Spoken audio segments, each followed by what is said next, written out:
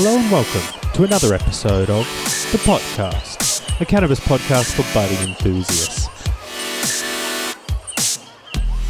As always, you're joined here by your boy, Heavy Gaze, here from the Upside Down Library. And as usual, we want to give a huge shout out to our amazing sponsors who help make the episodes happen. Huge shout out to Seeds Here Now, #1 seed bank in the industry, guarantee on satisfaction, not just germination. Why would you go anywhere else? If you're not happy at the end of the grow, hit them up, they'll sort you out. No reason to shop anywhere else. Likewise, in order to get your crop pumping on all cylinders at its full potential, you need to keep your garden pest and pathogen free. For that, check out our friends at Copit Biological Systems. Everything you need to keep pests and pathogens, everything you need to produce the highest quality crop to date. If you're trying to keep spider mites at bay, check out the Spidex Vital. If you're trying to get rid of aphids, check out the Aphipar-M. They've got everything. They've got all the predators to keep your garden happy and healthy. Copit Biological Systems, thank you so much. We appreciate you. Further, check out our buddies at Pulse Sensors for the #1 sensor on the market, ensuring that a whole bunch of parameters you may not even think about are still in check so that your crop is the best to date. If you want bigger yields, more resin, check out Pulse Sensors. From a tent to a single room to a multi-state operation, get serious, get a Pulse. And last but not least, our good friends at the Patreon gang. We love you so much, truly the lifeblood of the show. If you want to get early access to upcoming episodes, unheard exclusive interviews, and genetic giveaways twice a month, check out the Patreon, www.patreon.com/thepodcast. We appreciate you so much, guys. Thank you, Patreon gang. So, for this episode, we're joined by both Umami and Harry from Umami Seed Co., the terp hype powerhouse, here to talk all about their upcoming drops, some plans for the future, and some thoughts on the industry. So without further delay, let's get into it. Alrighty gang, we're back for another one, and on this episode I'm grateful to be joined in person by the dynamic duo behind the exotic terp powerhouse that is Umami Seed Co. A huge welcome to both Umami and Harry for joining us today. Thanks, G. Appreciate you having us on. Good to be here. Thanks again so much for joining me. So, what are you smoking on today? Man, right now we're getting into some of these new flavors, but I mean, I'm most excited about I don't know, Harry, what do you like most? I mean, I like, out of this whole batch, I like the Samurai Tears. Yeah, I think the Samurai Tears, that's the most potent of all of them. That's the Cold Heat by Swish. So it's got runts, it's got Triangle F2, and then we cross that to our kind of hash plant pheno. That's kind of our washer. So yeah, it's strong, but really tasty. So incredible. Trying to bring gas back. You know, we've had a lot of fruity flavors, a lot of funky flavors, and now kind of want to go back into some of the OGs, some of the Kushes, some of the chems, you know, create interesting mixes between sort of the new fruit flavors and some of the old funk, and find something, you know, just keep it interesting. That's really cool. I love the old school meets the new school sort of approach. I noticed on your Instagram you had a few label tags of some different strains, and there were a few different OGs in the mix there. Given you just mentioned that, what's your favorite OG cut? Oh man, the favorite OG, I mean, probably the Loompas Headband, right? The underdog, right? The Diesel. That was one of the first ones that I grew by myself that absolutely smashed. And I was like really proud to show people that bag, you know, because like OG was always tricky to grow, right? I had a homie who was up in Chatsworth who taught us how to grow SFV. And like at that time we fed it fucking Cool Bloom and CalMag. You know, like nothing but cow. I mean, the thing just ate cow, and that was the secret, right? I remember like I was like talking to someone, and like Loompa like overheard me talking about CalMag, and he was like, "Bro, don't give out the fucking secrets," you know? Like that's the magic. That's how we crush OGs, because everyone else would grow OG and they'd yield nothing. You know, pound a light, pound and a half. These thin little twiggy plants. It was still fire, but you couldn't get to like pack on weight. And then the first time we started pulling like 2 pounds of light, like, you know, 2.2 with, you know, straight OG cuts, like that was when we were really excited about it. But the Headband, Skywalker, TK, Hardcore. the Hardcore, which, I mean, now I hadn't grown the Hardcore until recently. I like went and got all of my OG cuts back and a bunch of other stuff so I can like rework some of the flavors. But that Hardcore, I mean, it doesn't look like all the classic OGs. It's definitely a bag seed or a hybrid or something. But that one has, out of all the OGs, it has the most unique twist, right? Like, a lot of them are really, they taste almost identical. They look almost identical. You can see the little subtle differences, but that one is like, she's quite different. Yeah, I noticed it's had like a bit of a resurgence. I'm trying to remember, I think it's Nasha is a breeder who I'd seen do some hybrids with the Hardcore, and it got me interested in it. Do you think you'll do any seed releases using the Hardcore going forward? Yeah, 100%. As long as the crosses come out fire. You know, the only problem, I washed Hardcore in the past, which now that like solvent extract is kind of gone where it's gone, I'm really trying to focus on products that will grow, like genetics that will grow well in flower form and then also will wash well, right? They have the right type of resin and everything else. The Hardcore, I remember we washed it got like less than 1%. Didn't melt, you know, it was tough. Yeah. And I definitely wasn't as good at making hash back then as I am now. Like, we didn't know anywhere near what we do now.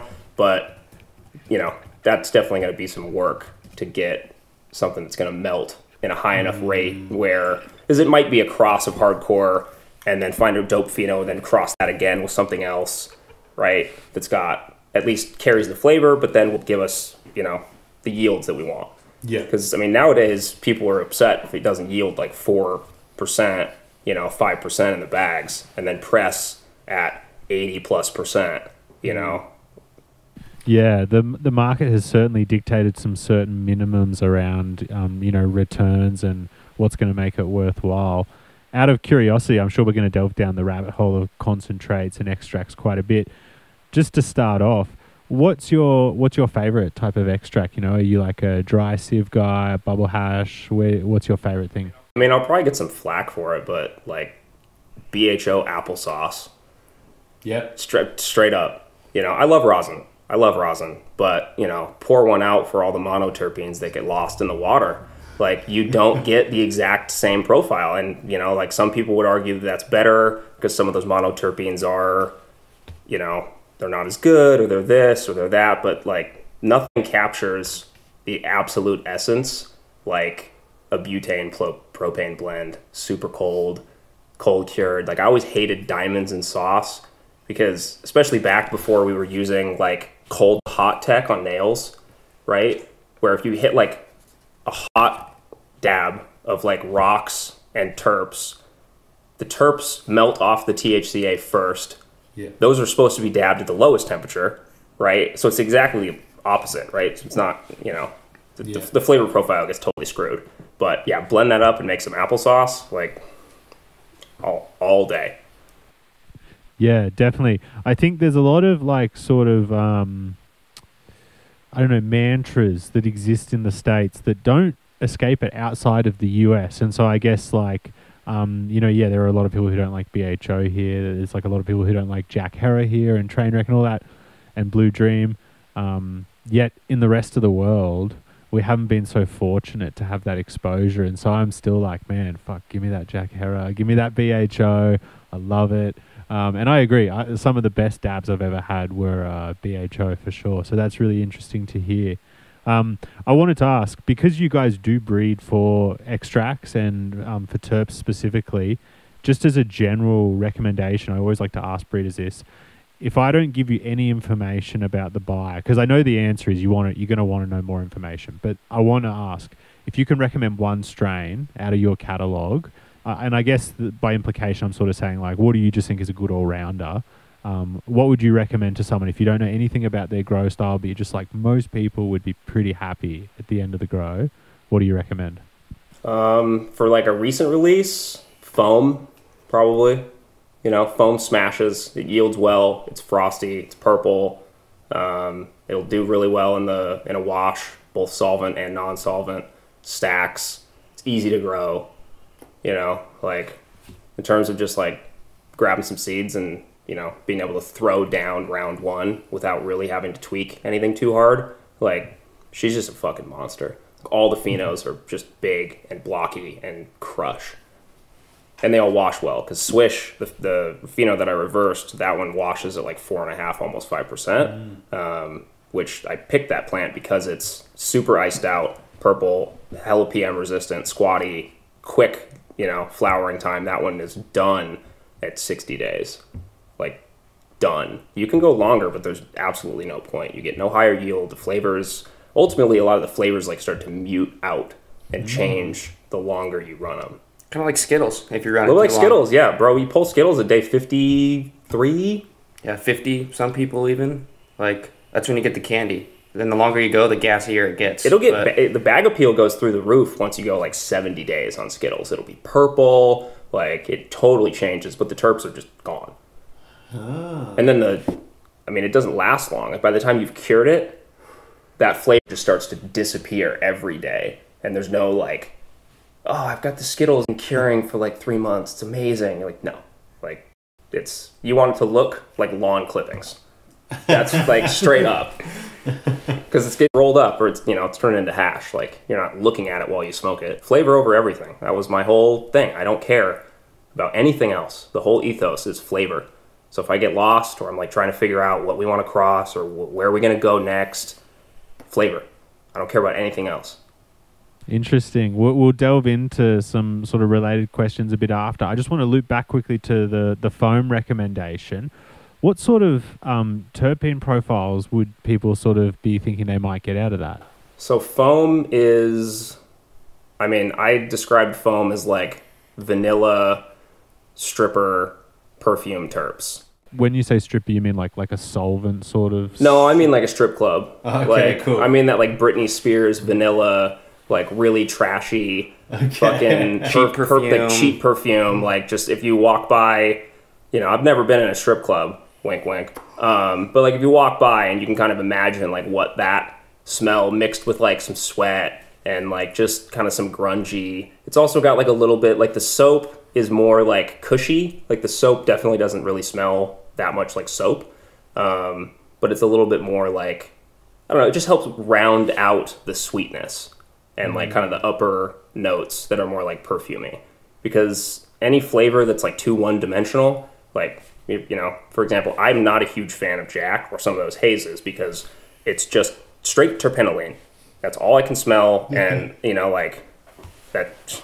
It's too one-dimensional. I want to be able to smell multiple things, taste multiple things. If you hit it at different temperatures, you can kind of change the flavor a little bit. Like, it's a little more interactive, I guess. Yeah, definitely.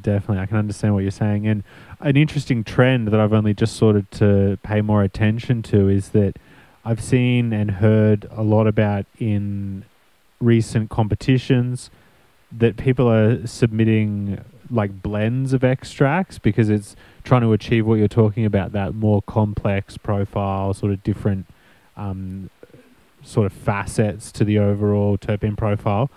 Do you think this is a trend we'll see continuing? Have you heard of this yourself? Yeah, absolutely. Which we started doing that.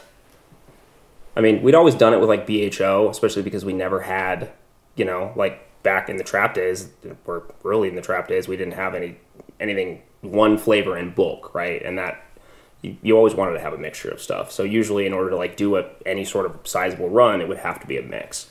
The problem with a lot of those is like you lose, it's not like the whole is greater than the sum of the parts in this case. It's usually just like, this is kind of like a few notes from this or a few notes from that, but it doesn't work well.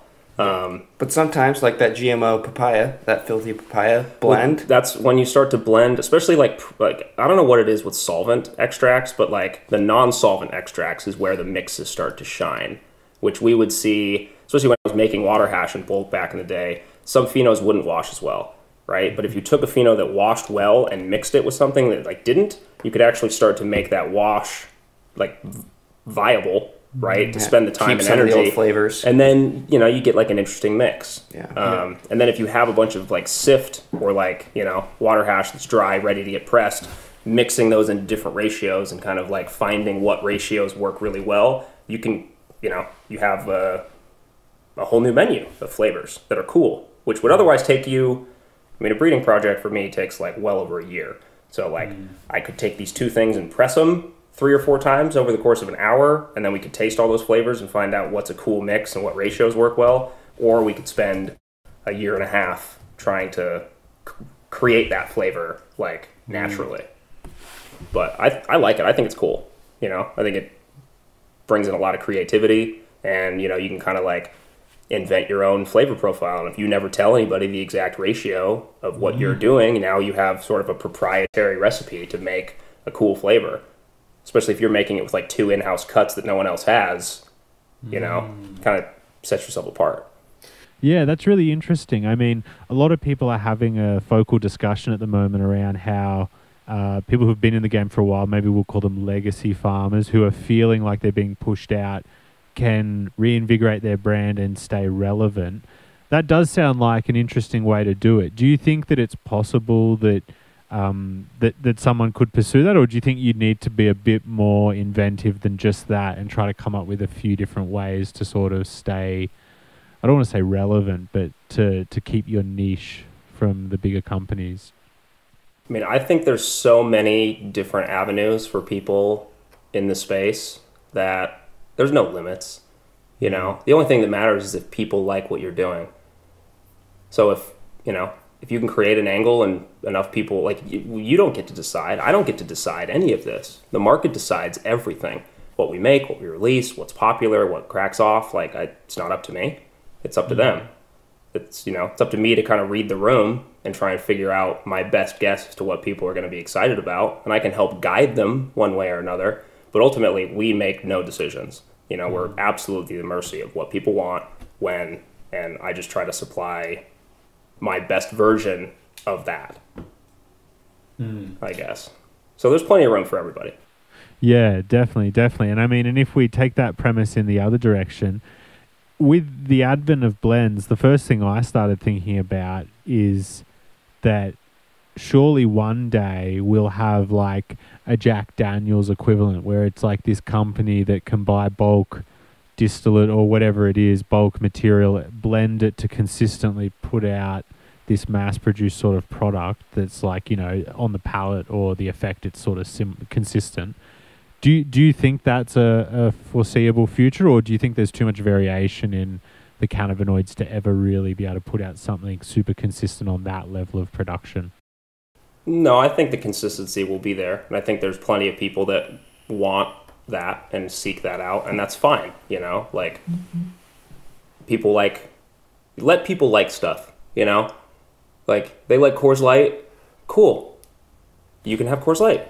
And then there's also plenty of like bougie, more exclusive, different flavors. Like, you know, if that speaks to them or not, like, they have the freedom to choose and, you know, try what they want. And if people want that, then like, great, that's fine. You know, fills their needs.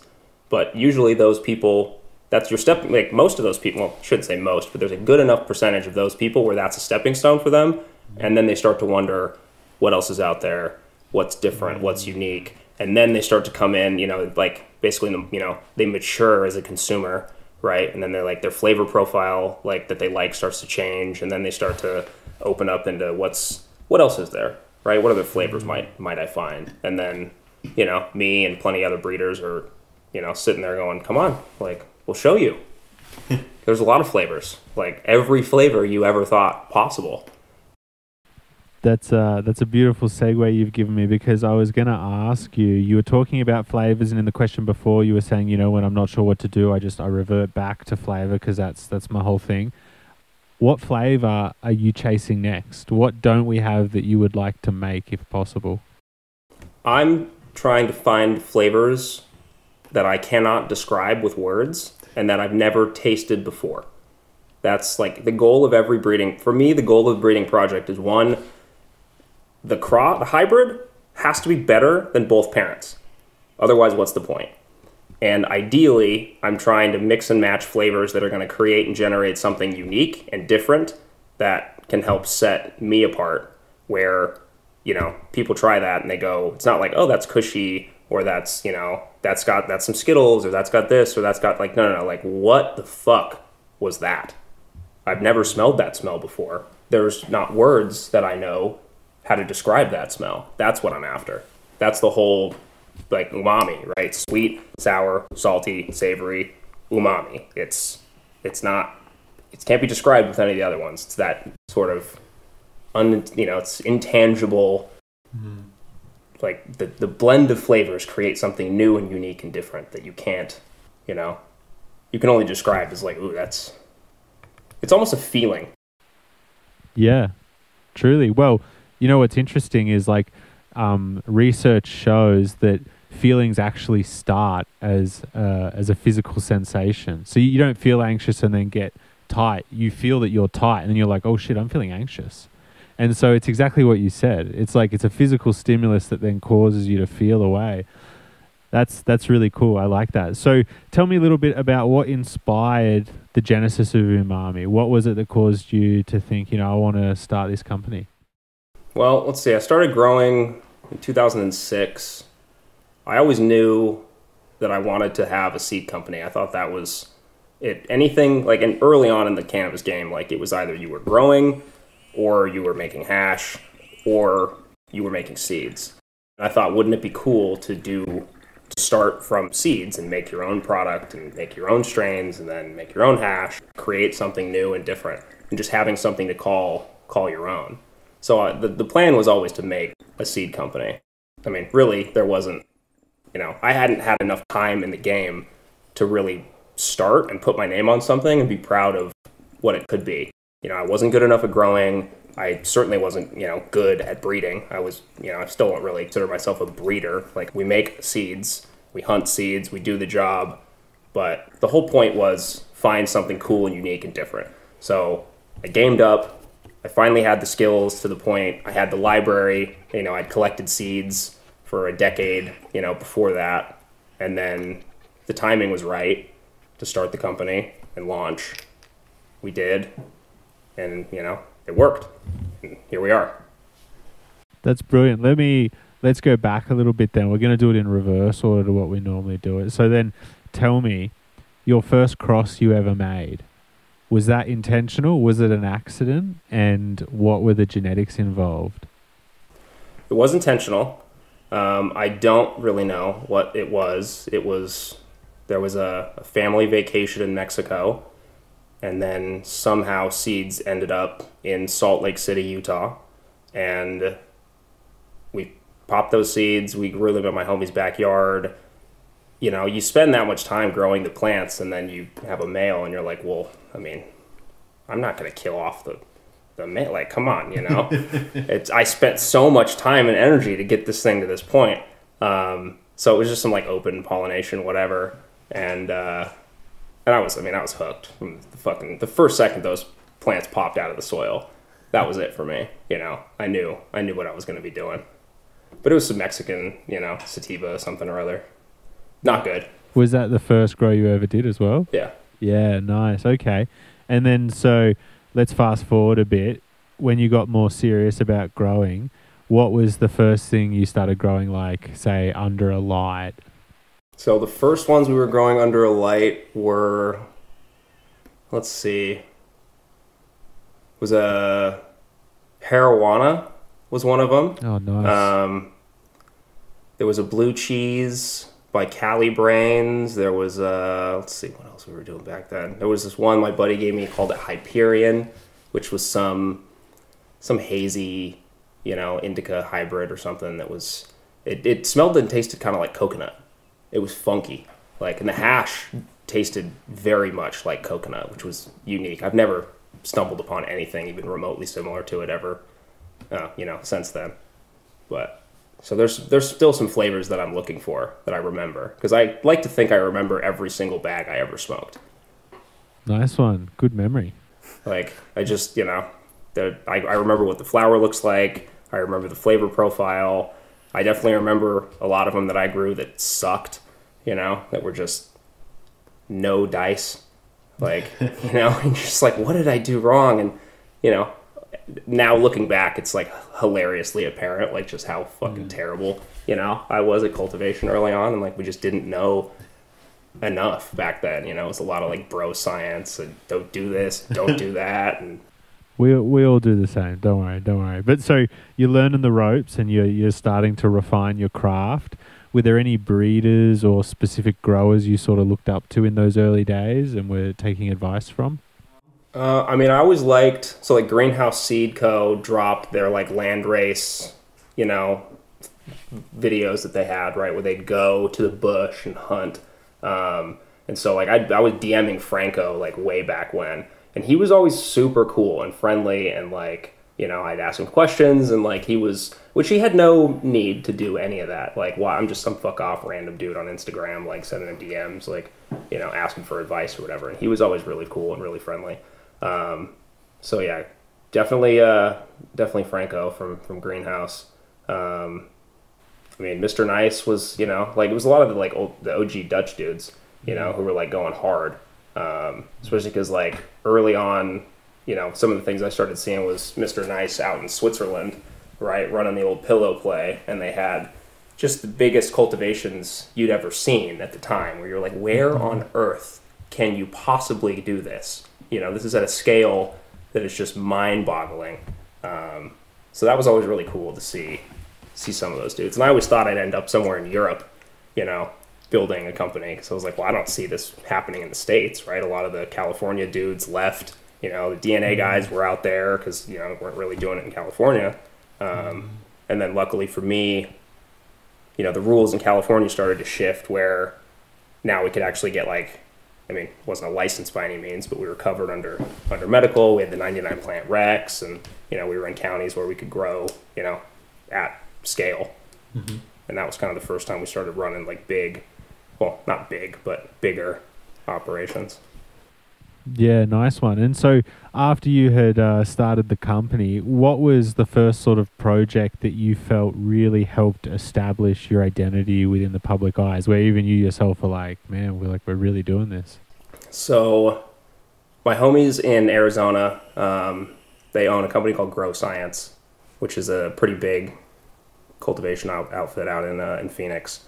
And they bought a bunch of my seeds for my very first drop ever, which the first drop went pretty well, you know, all things considered. I was a brand new breeder, you know, like I had no, you know, there was really no legacy. I didn't like leverage any of my other companies or brands because I wanted the thing to stand on its own. What was the male, or what was like the project? So that was the male was Mac Mints, and then I crossed that to pretty much everything. So that was a Thin Mint cookie crossed with a Mac male that I got. Yeah. So then I crossed that with, you know, the whole menu. And then Grow Science had the Froyo. From 8th, right? Yeah.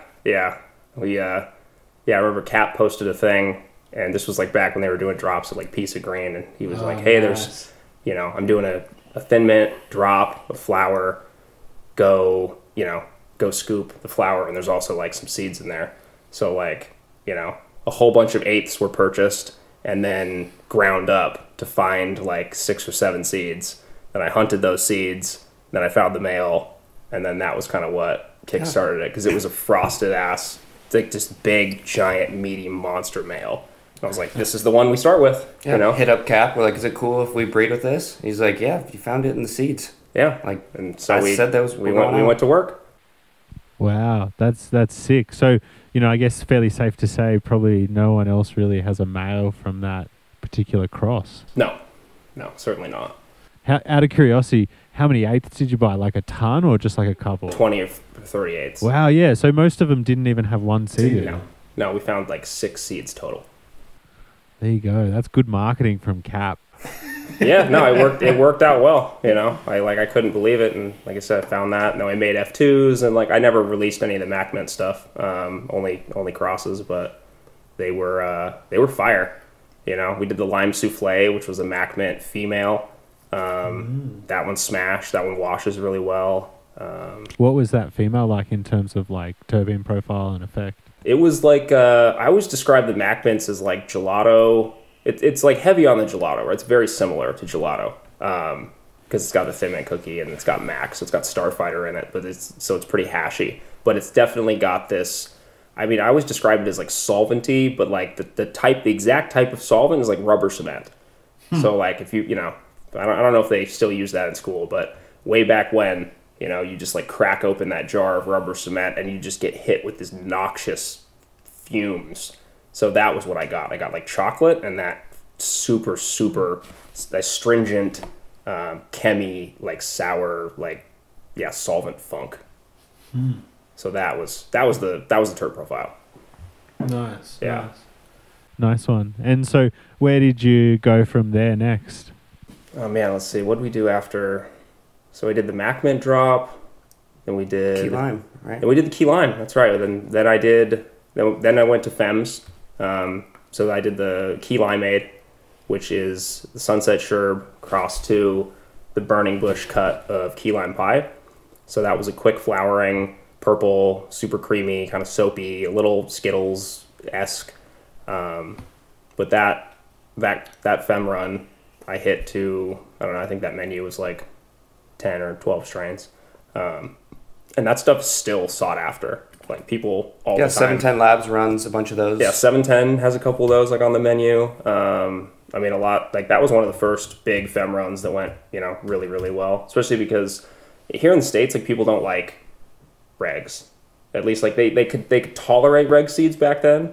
But, you know, like you probably sell like 10 or 20 to 1 Fems to regs. So I really wanted to like go back and focus on Fem seeds. Although when you find a really amazing male, it's just like you can't do it the disservice of never, you know, making any seeds with it. So when I found Zucchi and like Cantucci and some of the other ones, it was like, okay, obviously I'm going to we'll sprinkle drops of these in there. That's nice. I wanted to touch on that specifically because I noted you do, as you mentioned, do both regular and Fem seeds. Do you find yourself gravitating more towards one than the other just on a personal level? And as a follow-up, do you think there's merit to some of the age-old criticisms of Fem seeds you hear? No. I think a lot of the anti-feminized seed crowd is either just parroting a lot of, you know, this narrative that they've heard in the past that's not really rooted in science. And, you know, to some degree, I think if you go, you know, fem down the line, I can see how it would make sense that the genetics could shift maybe in a way that's not like ideal, because that is about as far from the natural order as you can get. So for me, as a breeder, I'm always going to do like, I'll never cross two whatevers and just do the seed line. Like the pollen donor is something that I've made and worked, like, or found, like, you know, something unique to me, period. But I'm never going to take like something that comes from a Fem line and then Fem that again. Like I'll cross take a it clone with only and then Fem it and hit it to another clone only. I like to inject a male in there. Like, and I've got a couple males that I like, that I work with, you know, that I've worked with for a long time. So I know exactly what they're going to do, right? And like a good male, I mean, one of my buddies always says a good male is literally priceless. Because, you know, I know what kind of phenos we're going to find. I know what it's going to do. I know what the progeny is going to look like. So then we'll hit that to, you know, something that's cool, find a female in that generation, and then that can get reversed. But like, I'm not doing Fem on Fem on Fem on Fem. Yeah, interesting. We had an auto breeder on the show recently, Flying Lion Research. He's a cool dude. He's into terps as well. And he said this analogy about autos, but it sort of applies to what you're talking about, where he says it's like a zipper. Like you sort of unzip it and then zip it back up, and when you Fem stuff, you're sort of closing it and zipping it up, and hitting something else to it is like unzipping it and opening it. And I sort of have been thinking about that analogy. It's cool. I wanted to ask, because you may not have too much thoughts on it, but we do talk about it from time to time on the show. A lot of some people still have some question marks around the lineage of Skittles. You know, it's still there's obviously that, you know, grape ape, grapefruit sort of thing that you hear, but then there's still like a strong amount of people who believe that it's like maybe a Sherbet S1, and the Phylos test said it was a Sherbet S1, and so that's like, I've never really been able to get my head around that, because it's sort of, my gut instinct is like, doesn't seem like a Sherbet S1 to me. But then you got guys like Inspector from CSI Humboldt, who just does like these big 100 seed pheno hunts of like Sherbet S1s, and he reckons he finds plants similar to Skittles in there. What's your thoughts on the lineage of Skittles? I mean, the terp profile is very similar, right? They're at the very least in the same neighborhood, if not on the same street, right? The structure, wildly different, like wildly different. I've grown both. I have both. I've grown a lot of Sherbert hybrids. I've grown a lot of Skittles hybrids. I've not seen as much crossover as I would have thought. Just the structure is so different, and like everything you cross Skittles to, I can almost immediately identify whether or not it has Skittles in it because of the leaf structure, because of the stack, the stem structure. Like it sticks out like a sore thumb, at least, you know, to my eye. But with Sherb crosses, I don't see that as much. So, I mean, could they be related? Absolutely. Are they? Probably. But what are the actual genetics? Who the fuck knows? I agree. Some things we'll probably never actually find out. So while we're talking about Skittles, I noticed on the website you have an array of interesting mothers, many of them incorporating Skittles. It got me wondering, what's your process like of acquiring mothers? Do you have like, if I had to guess, I'd say you must have these like vast networks where you can get new and emerging clones, or have I got something wrong? What's your process? You seem like you got new stuff all the time. Yeah. No, there's a vast network, you know, like-minded people who are always chasing like the newest flavors. And, you know, I've been fortunate enough to be in the space for long enough to have, you know, friendships with, you know, a lot of legacy dudes who, a lot of them are like just as excited about getting them to me as I am about getting them, because they're like, hey, I got this new one, like, what are you going to do with it, you know? So, yeah, a lot of those genetics, like, luckily I don't have to go looking for them so much as like they find me, which also helps me to know like, okay, this is clearly something people are interested in, so this might be worth a look, right? Yeah, and what sort of things impress you about a plant in terms of, if you're thinking about maybe breeding with it, is it mostly about like the flavor profile and structure presented in front of you, or do you want to breed with it a few times and sort of see how it breeds? Like what are your considerations in general? I mean, the number one thing is flavor, as always. So any new cuts that show up, they get run, you know, at least once or twice to kind of pre-vet whether or not this is something I'm even interested in, you know, goofing around with. Because some of them, you know, they have a bunch of hype somehow, and, you know, I grow them out. It's like, no. Like, for whatever reason, you know, and it might not necessarily be, because sometimes the flavor can be really good, but it's not worth some of the grow characteristics, right? Like Skittles is, I mean, it's a unique strain because it sucks to grow. It is the worst plant in the world. It grows so slowly. You basically just don't water it at all, and somehow it lives. You know, Veg it twice as long, 5 times as long. Yeah, you know, and like people wonder. Smokey always does. You've never joke. done an exact. I've never released a Skittles cross, like a direct Skittles cross, and I probably won't, because one, a ton of the progeny are going to grow like Skittles does, and people, you know, don't love that style of grow because it's difficult and they yield low and they take forever. But, you know, hybrids of it, you're able to kind of bring in some of that, like, I like the terp profile that it brings on, you know, especially with the crosses. Like, it's a little creamy, and it just helps, like, round out some of the other, like, more harsh, intense flavors, where also some of those harsh, intense flavors are too one-dimensional for me, where you're wanting something else, you know, either on the exhale or on the back end, or, like, something else to just kind of, like, you know, make it a little bit more... Well, I mean, literally, to make it a little more palatable, you know, to be entirely honest. Yeah, no, I agree with you there. And just sort of looping back to that point you made about growing stuff out and thinking, God, how did this get big? If I had to hazard a guess based on your Instagram, I see a fair few memes about Oreos. Was that one that maybe fit into that category for you guys? I mean, you know, it's just when a ton of people are super excited about something that I don't really find that special or unique at all. I think it's kind of fun to poke a little fun at Oreos. Structurally, I mean, it looks, visually it's appealing, right? But it has, and I mean, I was really surprised to learn that it actually washed pretty well, but there's no flavor, you know? So for me, if I ever found a pheno like that, or, you know, I had access to the Oreos cut, but I would never breed with it. just because it's the antithesis of flavor, you know. And there's plenty of people who argue like, oh, it's got a lot of flavor, you just haven't had a good batch yet. And like I've tried a fair few from dudes that, you know, I consider to be some of the top growers in existence, and it was good, but it was not special, you know. And life's too short to smoke something that's just good. I want something that's cool. I want to remember that experience. I feel you. That's a good one. One of my favorite quotes from a past guest on the show Skunk BA. I've only got so many lung breaths in this lifetime. I'm not going to waste. Yeah. So, I mean, I was interested to ask, because a lot of your menu comprises these really sort of cutting edge new genetics that like most people maybe aren't even familiar with yet. And I was wondering, do you have any soft spots in your heart for some like maybe unique old world flavors? Like, for example, you know, you mentioned you're not a fan of Jack Herer. All good.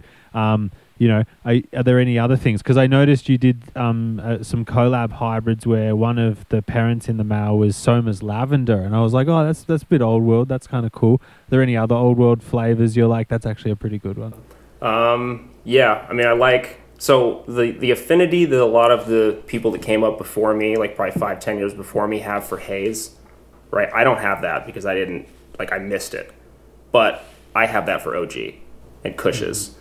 And so when I like dived down deep onto the Kushes, I got more into like some of the Afghan stuff and, you know, some of the like, you know, stuff from the Middle East ultimately.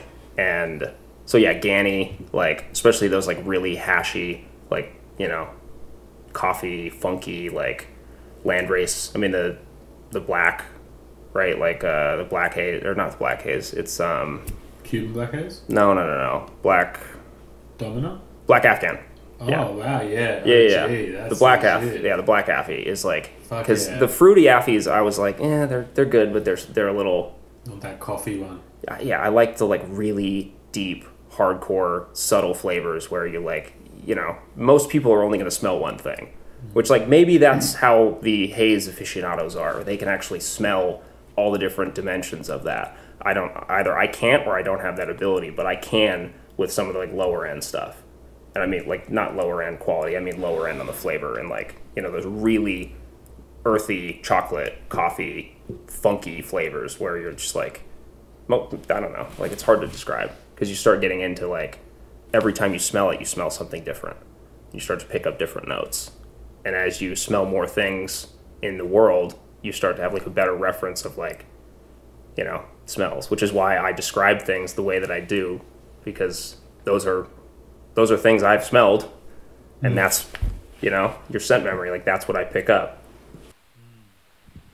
That's cool. While we're talking about smells, you and Harry were kind enough to bring some nice little jars for me to sniff on today. Let's talk about these for a little bit. So is this the current release, the next release? When can everyone expect to be able to get their hands on the next drop? And then after we talk about it a bit, we can talk a little bit about the smells. So I think probably January is when we're going to start dropping some of these. We've got, I mean, there's a lot slotted for release. What we try and do is select the you know, just the ones that are like the most fun and cool and relevant for that Friday, right? Which normally we'll do a series, we'll do a drop every Friday or every other Friday for, you know, 4 Fridays or 6 Fridays.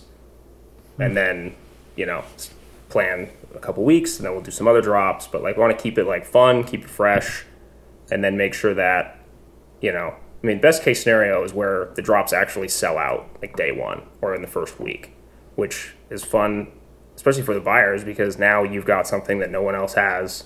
And I only do one batch. There's only like one big drop. And then once all the seeds are gone, they're gone.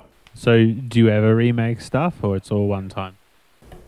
Never remake anything. Nice, okay. Yeah. One big batch, which could have, you know, however many hundreds of packs. Sometimes it's small. I mean, some of the crosses, like they don't make many packs. They don't make many seeds, you know. We have drops as little as like 10, 15, 20 packs. And those sell out really, really quickly, which is great. But, you know, then they're gone, just kind of sad. And I've decided to not remake stuff because there's not enough time to go back to something. There's so much more to like dive in and discover. I'd rather keep looking for something else, something cool, something unique. Yeah, that's interesting. It raises this point of like, do you think the market would actually allow you to, let's just say you were testing some seeds you made and you find this plant in it that's like the equivalent of Skittles before Skittles. Like it was like, wow, this is totally different. And you were like, we've got to breed this into a pure line. Do you think the market sort of allows breeders to do that sort of project where it like takes longer, or do you think it's just too fast paced? Like you're just going to be left behind if you tried to like do a pure line sort of project? I think there's a lot of breeders that have stuff like that in their menu, and they have, they found tried and true varieties that people like, and they'll keep making those and remaking them, and there's nothing wrong with that, especially if they find something cool and they really want to focus on that. That's great. But there's enough people who are doing that. I would rather continue the exploration to find something new, something different, something better. That's what makes it interesting for me. If I just had to grow the same thing over and over again, it'd just end up like a job. It's the reason I like walked out of my sales job way back when. I was doing this and I was doing that, and one day I was like, fuck this. I'm out. And I moved up into the woods. That was that. That's great. I love it. All right, so let's talk about this. The first one we got, the bathhouse. Now, I did want to ask you about this. Obviously, has the bathwater in it, which is a very unique name and description. Obviously, an homage to the infamous Belle Delphine Gamer Girl bathwater. But I was wondering, what's the terps on that one? What's bathwater smell like? I mean, it's a hard one to like describe what the smell is of bathwater. It's definitely like gassy and funky, but like, I mean, imagine what whatever her name is. Imagine what her dirty bathwater might smell like. Like, that'll get you close enough. Because it is gassy, it is cushy, it's creamy, but it's got this weird, like, soapy, like, kind of, not the GMO BO, like, it's more of like a sweaty, like, gross shirt. Like, it's hard to describe. Like, not quite hockey bag, like, I don't know if anyone's played hockey, but those bags have a unique ripeness to them after a couple weeks. Nice one. I love it. I mean, it got me wondering in general, what are some of like the more weirder smells you've come across while pheno hunting? Fizz. The fizz. Yeah, fizz is one of my favorites. Oddly enough, the compound apples and bananas kind of smells a little bit like the fizz does. But the fizz is the loudest grape chemical.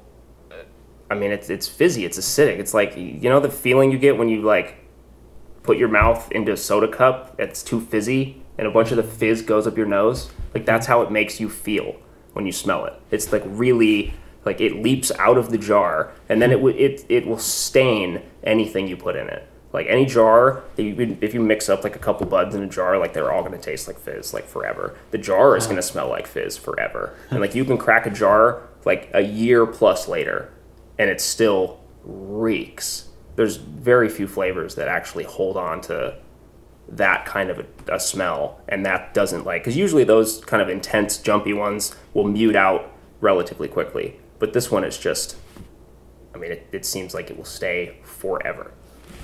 Yeah, wow, that's cool. Like one of those ones that just overpowers everything, but not tangy, something different. Yeah. Oh, it's too bad. I've tried to fem it twice, and out of like, I mean, the run we did, how many seeds did we get in that bag in total out of that whole run? Oh, 50 maybe? 50 seeds. All pretty immature. From like 10 different varieties. Some had none seeds, some had one, some had like 4. Yeah, it was like 4 lights worth, and it there were was like 10 seeds. It sucked so bad. It's like that maybe the pollen just didn't. Some things just don't fem well. It's just Yeah. really hard to fem certain varieties. For whatever reason, it just doesn't work sometimes. It's true. And we got a lot of theories about why, but it's like, I don't... I've had plenty of fem runs absolutely flop, and you're like excited about something, and then like I said, it takes about a year at least from when you're like, cool, here's what we're going to work on to the point where it's actually ready to release, maybe a year and a half. So yeah, when a run fails, you're immediately 3 to 6 months behind that again.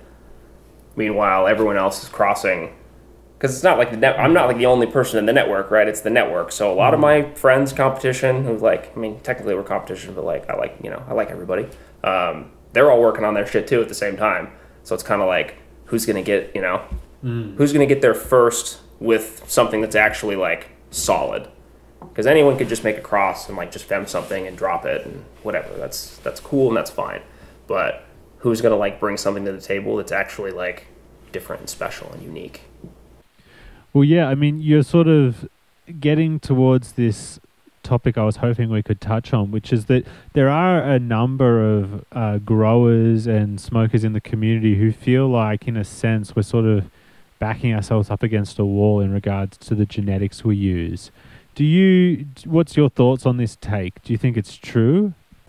To some degree, sure. I think part of that opinion is a very narrow view of everyone in the cannabis space who's breeding for making seeds in any capacity, where they're like, yeah, you're looking at a small subset of that entire population that is absolutely doing tons and tons of polyhybrids and all this other stuff, but that's because that's what people want, right? Like I said, there's a lot of we don't get to make the decisions. Like, if you want to have a business that actually like works and pays for itself and hopefully like keeps gas in your car and like gets your A to B and lets you keep doing the thing, you have to sell seeds, right? And like, so if that's what buyers are wanting, then a lot of people, you kind of have to run down that line, or at least like close enough where you're still going to be around.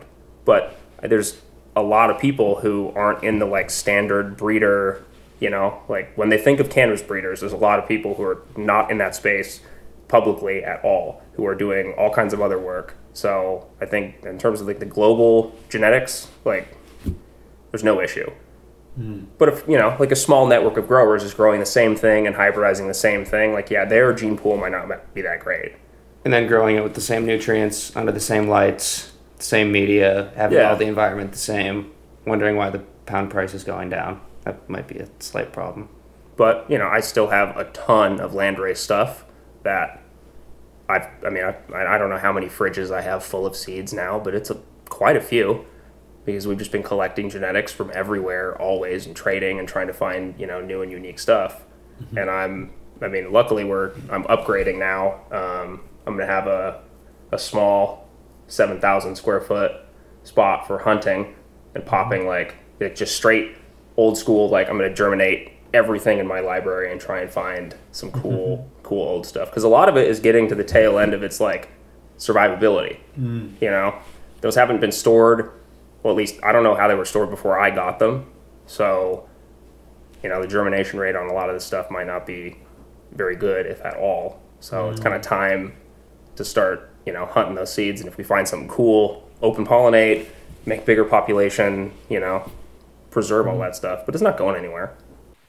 Yeah, that's cool. Would we ever see like any cool F1 hybrids with like modern versus like maybe landrace or heirloom or something like that? Oh, for sure. Yeah, that's absolutely in the plan. That's really cool. Probably not until 2024, 25, realistically. It's gonna take time. Yeah, sure. And then, so I guess as the sort of final question on this discussion point, people have this comment that they'll say everything like sort of feels the same.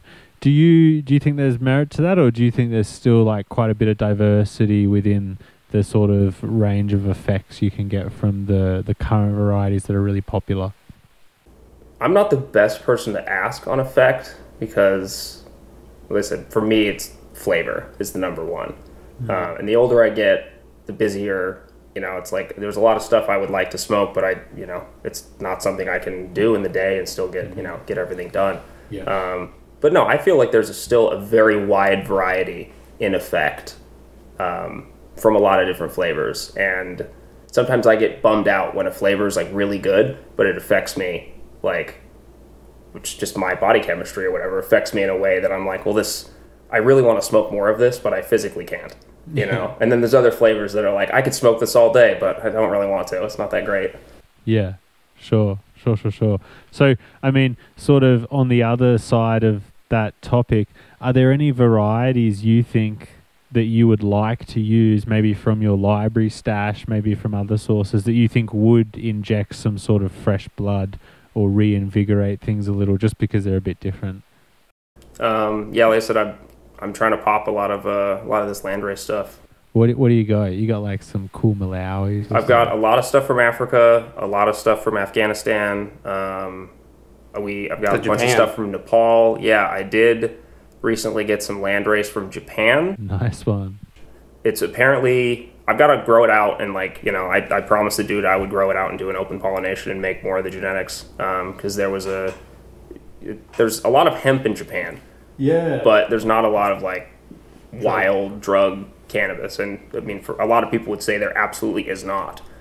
Yeah, my homie has spent a lot of time in Japan, and his buddy lives, I can't remember where exactly they were saying they lived, but there's a drug type of wild cannabis in Hokkaido, which is the northernmost island of Japan, and they were, I can't remember how many, what did he say, like it was like a 3-day hike or something like that. Like this was like bushwhacking to get out to these like wild fields, and they would, you know, the homeboy would always collect as much as he could shove in his bag and then bring it back, and then when people would go and, you know, hang out or whatever, he'd always have this like wild herb that they would smoke, and that was, you know, this crazy Japanese sativa or some sort of hybrid, who even knows what it is. And there'd be snow on the ground, and the plants would still be alive when you get there to harvest them. Still be alive in the snow.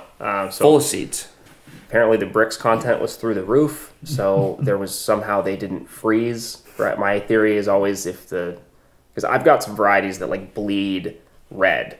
Mm-hmm. And, you know, having high levels of anthocyanin and bricks in there, you know, that theoretically acts like an antifreeze. Mm-hmm. So the cells won't actually burst that quickly.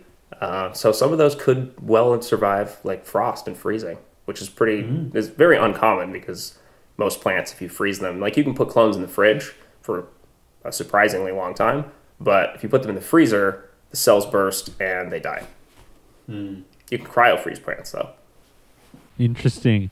I did want to talk about that. So, like, you know, tissue culturing and germ cell utilization is on the rise within cannabis. Do you foresee a time when that may surpass, like, the demand for seeds? Possibly. I think I've never actually done the synthetic seeds. I've seen, you know, it's not very common that people make them, and the cost is probably prohibitive for most people, especially now. Maybe in the future that'll become more common, as long as it's relatively simple for the layman or just a grower to go from that step to actually having like a plant that's growing in a pot. Because the amount, like, you have to know exactly what you're doing to pull a rooted clone out of tissue culture and actually get it to survive early on, and that's not common knowledge. And I would guess like 95% of even, you know, growers would mess that up to the point where it just doesn't make any sense to spend any extra amount of money on something that's like, yeah, it's definitely better in terms of plant health, sterility, right? No bugs, no this, no that. But it just, yeah, the level of knowledge needs to be, you know, at the next step, next stage, which is, it's very reasonable we get there in the next 5, 10, 15 years, you know. Even the lowest, you know, even the newest employee in any space would probably have some of that knowledge if it becomes more, you know, it just becomes more and more commonplace. Yeah. And then it's just, yeah, duh. Like, everyone knows how to cut clones. It's not, you know, you could look it up in 5 minutes and there'll be a simple enough explanation. But right now for tissue culture, that does not exist. Yeah, sure. And while we're on the topic of dirty clones and pathogens and whatnot, on a personal note for you guys, have you had much issue with hop latent virus? Have you had to clean house, or have you guys been able to get through relatively unscathed? We've been very fortunate. Yeah, we do test a lot. The entire mother stock gets tested. I mean, it used to be every 2 weeks, but now it's pretty much once a month, which, I mean, it just kind of got expensive to do it every 2 weeks, to be quite honest. But we do work with a lab in Utah that's really, really good, and they test for hop latent, lettuce sclerosis, and a couple of the other ones. But yeah, I've never actually seen it in any of my facilities, which is very, very lucky. It's kind of a nightmare. Not kind of a nightmare, it is a nightmare. And it's put a lot of people out of business, quite frankly. You know, it's tough. It's not. We're also really careful about it. Our scissors are always sitting in hypochlorous acid all the time. We have hypochlorous acid in a spray bottle that gets sprayed on everything. Tools get autoclaved. They clean everything with chlorine. Like, alcohol doesn't kill it. Chlorine's the only thing that kills it. Yeah, heat doesn't kill it.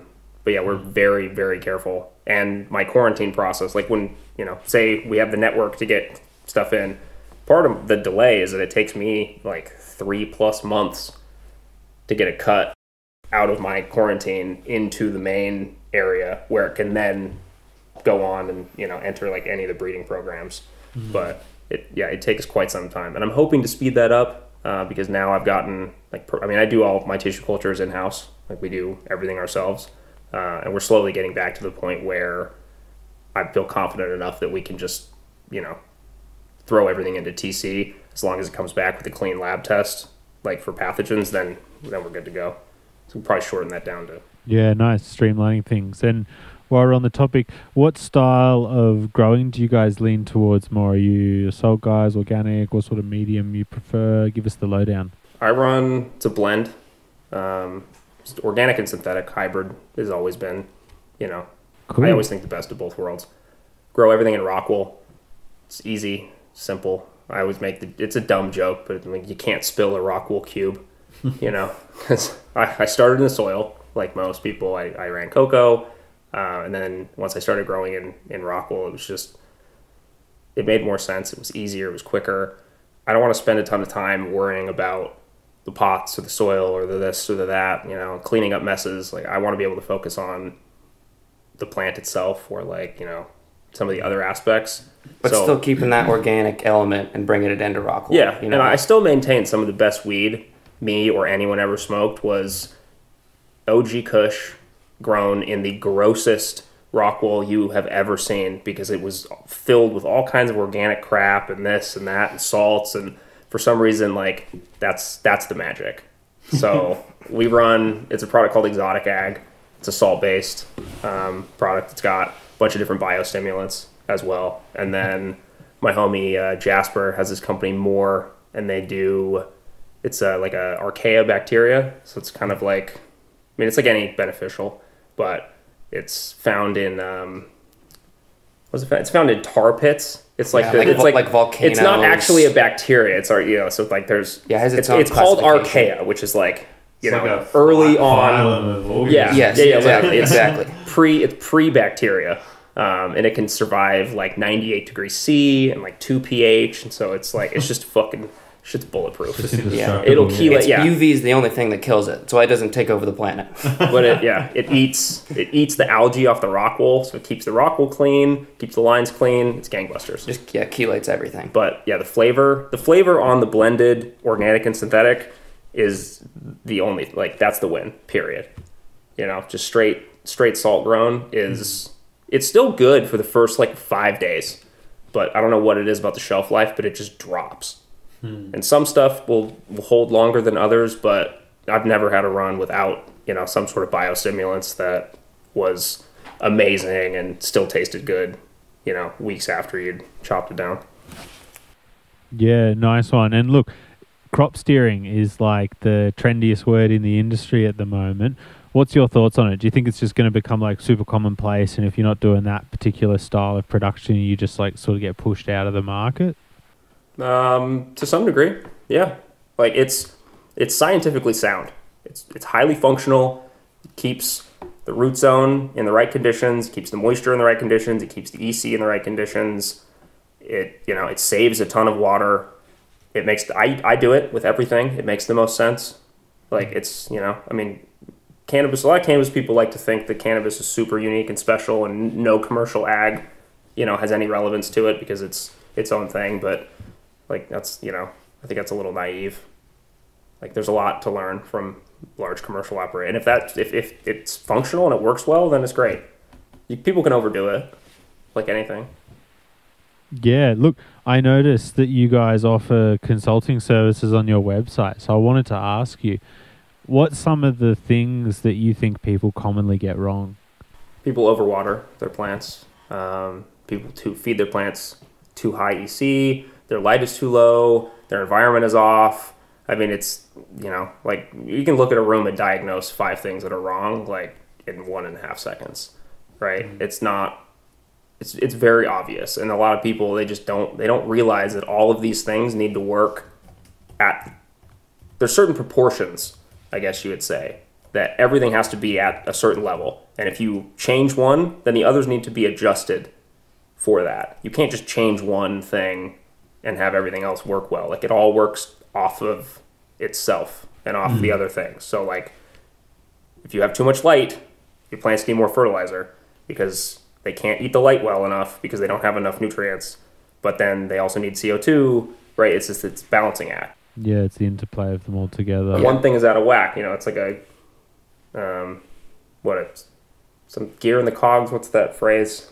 Like a spanner in the engine sort of thing. Yeah. Like it's a kink. It's like a race car. The faster you drive, the higher chance something could go wrong, but the higher performance you could possibly have. There's plenty of people who don't do anything crazy and they come out with great crops driving nice and slow in a Honda Civic. But if you want, you can really crank up all those parameters and get in a race car. It's just a chance you're going to crash. And at the end of the day, there's only so much carbon to go around, right? So you want to grow the biggest, frostiest, terpiest, like pick 2. Like you can't have it all. And what sort of increase did you personally see when you switched to this style of production? Like how dramatic was the improvements?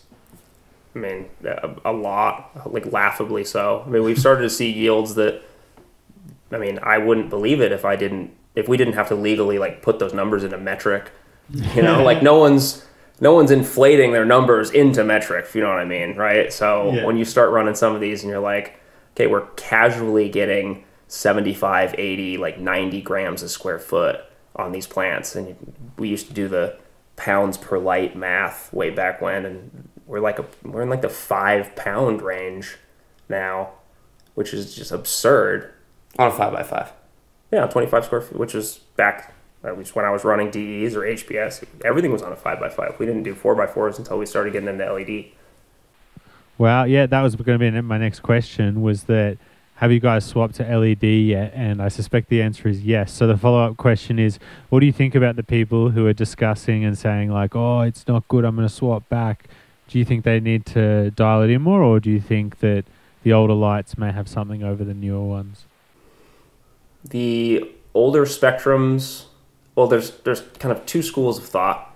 A lot of people are under the impression that some of the older lights had more or a different spectrum that contributed to different flavors, higher yield, this, that, the other.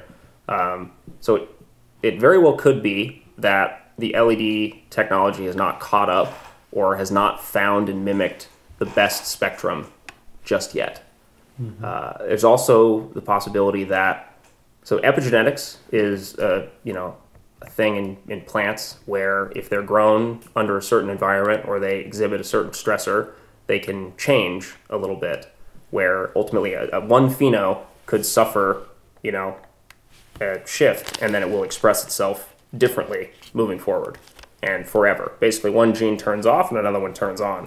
So it's also quite possible that some of these varieties that were grown under that started to adopt more to that spectrum, like some of the older strains versus some of the older OGs, where, you throwing them in under a new light, they're not going to perform as well because they've become accustomed to this light, having been under it for, 20, 30 years. Mm. Yeah, no, it's interesting because I think we haven't really explored that epigenetic aspect, have we? And you get a lot of anecdotal experiences from growers and breeders in the community who say, vegging a plant outdoors for a season, pulling it in before flower can sort of revitalize it. So I mean, there is anecdotal evidence out there of people saying that you can revitalize, and I think every grower can relate some anecdotal experience to a plant that's deteriorated in some less than ideal conditions they may have come across themselves. I wanted to know, though, in terms of your room, right? Let's just say you've dialed in all the aspects, and on paper, everything's like dialed in. Where would you, what sort of things do you think help differentiate producers at that point? Because obviously it's not all homogenous, you still get variation from grower to grower. What sort of aspects do you think come into play at that point? Is it down to like the type of LED spectrum versus the other guy's LED spectrum, or do you think there's tiny differences we may not pick up on? I think the magic is, I have a basic template, right, that I use for pretty much everything. And the point of the template is not to exclusively use the template, but when you're running different varieties, it's to identify what changes in the template need to be made so that you can grow this plant to the best of its possible, its best potential, right? So some are going to need a little more food and a little more light, or some of them need a little less, and some are going to need to be watered less. And it's easy to write like the crop steering recipe. It's easy to write that down and say this is what you should do. But if you follow that exactly the way that it's written, the chances of you finding a ton of success are not super high. It's going to need to be tweaked a little bit. So the best growers are the ones who know what to do, know why what they do works. They don't do redundant things. Like that's really common. You see people use, especially like with fertilizer and nutrients, they use like the same, like two different bottles that have the same active ingredient, like the same thing. And you're like, what are you doing? Like, why are you doing this? Like, this is the same, right? And I'm like, what? You're like, yeah, look. So people who know exactly what they're doing, know why they're doing it, and can actually make one change at a time and see the adjustment. Because if you run the same experiment more than once and you want to make a shift, you have to only change one parameter. Because if you change more than one, you don't know which one of those things it was. Mm-hmm. And it's really hard to do experiments on living plants because no two runs are like exactly the same. It's definitely something where it's hard. I've tried to explain this, Phil. It's hard to do side by sides with plants because you have to do them in your same facility. Like even if we both took a clone from a plant today and took them to our respective locations and went from there, like you're getting all this environmental change. So even if you do them in the same room and you have two tables that are side by side, it's not really a side by side because the airflow's different. The airflow's different. Yeah. So it's literally impossible to have it be an exact one-to-one match. All these variables do make a meaningful impact on the plant long term, doesn't it? Yeah. So you have to do it at a scale that's big enough to actually take like an average. That's kind of the only way that makes sense, right? That's as close as you're ever going to get is where you've done, because if you're only doing a few plants here or there, like you don't have enough variation. So how do you minimize the variation? Well, have like enough of a population that you can take, your average and see if they're different enough. And if they're not, then, it depends on what you're looking for. Whether it is or it isn't is, that's the only thing that's relevant. Nice. Well, let's get off the growing segment for a second and let's take a sniff of these jars. I mentioned it earlier and then we just totally moved on. So let's start with the bathhouse. I'm going to take a big huff of this. I get a lot of old school OG, and by that I mean not like TK, but like maybe more like Ghost or something. It's got more earthy pininess to it. Maybe even a touch of like that eucalyptusy, really nice kush. Yeah, to me that's like super nostalgic. I love that. How would you guys describe it? I definitely get gas. It's got no sweetness, which there's a few OGs that have a little bit of like a sweet aftertaste, or on the sweeter side. I always preferred, pine tree, saltwater, gas, like just that deep. This is the bathhouse, by the way. I can't remember if I mentioned that. But yeah, Swish. That was part of the reason I picked Swish, is because it was just funky gas, and it has like a little bit of fruitiness to it, which sometimes come through on some of them. But it's not like sweet fruit. It's hard to describe. More of like a diet fruit leather. Is that even a thing? Like a sugar-free sweet fruit leather that's not made with fake sugar. No, I love the fruit leathers. The next one I've got here, how do I pronounce this? I don't know how to say the second word. London Bish. Oh, London Bish. Oh, I didn't have it lined up properly. I was like, oh shoe. London Bish, cool. I like that. So this one's got more going on. So that's the London Pound Cake 75 by the Swish, that hash pine pheno. You definitely get a little bit of gas, but it's more eucalyptusy, more like almost citrus, but not citrus, like a bit of like nasal flaringness. Yeah, there's definitely like a bit more to it, but it's like different angles to the smell. Because there's gelato, lemonade. I can't remember what the other cross is with the London Pound Cake. But the lemon comes through a lot. Yeah, the lemon diesel has always been one of my very favorite strains. Like we grew that way back when, and it was always super funky and unique and different. It wasn't very gassy. It was like at the time we couldn't really sell it because it wasn't cushy enough. It wasn't like OG enough. It had like a different funk to it. Back in the day, everyone just wanted gas. Like 50 different OGs on the menu. Comes in waves, right? I feel like we're getting back there. So, I mean, on that note, next one we've got is the Geisha Breath. This one's interesting. It's got a few different things in it. The Meat Breath, TK, Cherry Pie, Gorilla Glue, Zwish. I definitely get a bunch of the Zwish, the Gorilla Glue, and a little bit of the Meat Breath and the TK. Really unique sort of smell.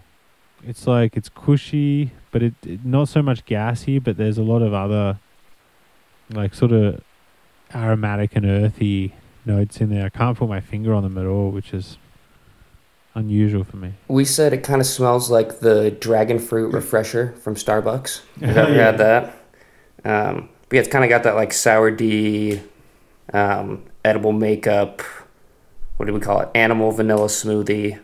Yeah, there's like a sour D and then a softer part, the animal smoothie. I like that.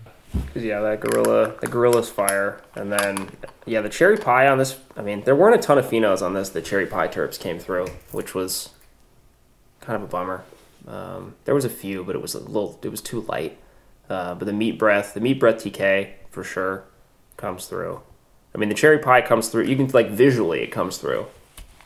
Although this stacks crazy hard. It's super purple. It's like these giant purple spears. It's iced out. So, I mean, as far as production goes, it crushes. And then this pheno did like 3.5% or 4, somewhere in there, like almost 4%, which is, for rosin production, does really, really well. But for flower production, this one bangs. And they're super, super potent. Like, super stony, all this stuff. On that note, do you pay much weight or consideration to the ability for your strains to be purely flower produced, or is there more focus on the concentrate potential? So like maybe the flowers are like, not as great as we want, but like it produces incredible concentrates. So like that's the goal. Like how do you see that one?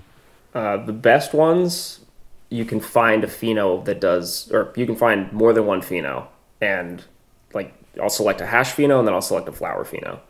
That's my favorite. Not all varieties will do that, but some of them you can actually find really, really, really good flower phenos, which they have this. My homie Watson, Dustin, who did the cold heat, he always described it as like a rosebud sort of structure. I like to think of it more like what's that shit called? Brussels sprouts, where you just have these giant, fully shaped nugs growing off this plant. And instead of having this one huge homogeneous cola, which you can't break down, and when you do, it looks terrible, right? But if you have these like perfectly shaped flowers that just go all the way up the stem, like that's kind of my ultimate favorite. But they don't wash as well because they're dense. They don't open up. So sometimes, especially, you find these they really look like older kind of sativa ones, where they're bigger, they're more open, they're a little airier, which not structurally or visually appealing for like most people, but in terms of hash production, they bang. And if you're only ever going to grow this for hash, we grow them hot, a lot of CO2. I want them to foxtail. I want as much surface area as possible. so we can get big numbers on the wash where no one cares what the flower is going to look like. It's only ever going to be released as hash. Yeah, incredible. And what sort of varieties do you recommend for anyone who's listening right now who wants like a really good washer specifically out of your catalogs, maybe from the upcoming line? I mean, I know they're all designed to wash well, but what do you think if someone is like, dude, I get the flower, I immediately turn it into heads. Like, what do you recommend? Cheetah Chew washes really well. The terps are super fire. I love the Cheetah Chew. Anything with that lemon diesel in it is killer. It's got this lemon, honey mustard, peppery. It's funky. It's a weird smell. But that one washed at like a little over 4. The Cheetah Chew's banging. It's super purple. It's a gorgeous flower. I've got a collab up in Washington right now, so that's going to be coming out. Actually, people who are in Washington State will be able to go get flower and hash of the Cheetah Chew here very, very shortly. The other one would be the gummy, that Jelly Zoda. So both Jelly Zonuts is a huge washer. That Pheno that we crossed is a monster. And the Zoda, that Pheno of Zoda that I picked is another washer, 4 or 5%er. So that one did, what was that? That was 5 or over 5? Yeah, it was big. Big washer. A lot, yeah. So gummy will come out in January. We haven't set a date yet, but January. I think the gummy is my personal favorite of them. They're all amazing of the 5 you brought around, but yeah, the gummy hits that sweet spot for me. It's like it's got gas, but it's got a lot. It reminds me in some ways of the Pine Sol cut of GOG from Bodhi. It's just like it's like gassy, but it's got this interesting berryness to it that comes at you in a unique way, where it's not just like through the middle. It's almost like around the sides. It's like gassy in the middle, and then like this sort of more sophisticated perfuminess around the edges. I really like the gummy a lot. Yeah, the gummy's kind of like a acidic acai kind of, berry, floral, grapey Skittles, and then gas. Biscotti gas. Which is interesting because the Zoda cut that I use for all these crosses is the most offensive dead animal, rotten dead animal at a truck stop that like had a bunch of oil spilled on it, and it's rank and it's weird and it smells nothing like any of the parents. A lot of the parents were a lot more fruity, floral, and kind of sherby and kind of berry. And then I was almost certain that seed, I'd fucked up cleaning the seeds and it had gotten, just from something else. And then I grew it and I looked at like the photos and like the structure of it. And I was like, well, I mean, it's definitely Zoda, like no question. But this was one of, I don't know, it was like 100 plus phenos that I looked at. And this was the only one that smelled anything like this. It was also the washer, so it was kind of an easy choice. Yeah, I wanted to know. I was looking through your Instagram and I was sort of trying to get a sense for myself of like what one strain would I guess you would be most known for, so to speak. And I thought the Zoda, it appeared enough that I was like, maybe it's in contention. What strain do you think most represents the brand, just in terms of like the public's perception? What do you think people most associate with you guys thus far? I think Zoda. For sure. Zoda's one of the heavier producers that's in rotation at the most, rec and med shops and most growers. That was a, relatively big release. I saw a seed pack of Zoda at auction sell for like $5,000, which is awesome.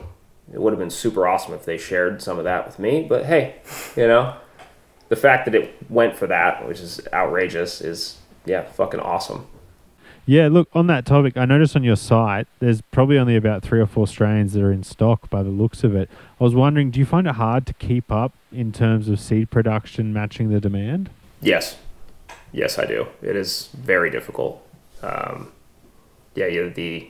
feeding frenzy that can sometimes occur is awesome, but it's hard to keep up with. And trying to make enough, really like since I have to test everything and I have to grow it out and then I have to have it tested by the tester network, like the release, I said, it takes me a year and a half to do the release.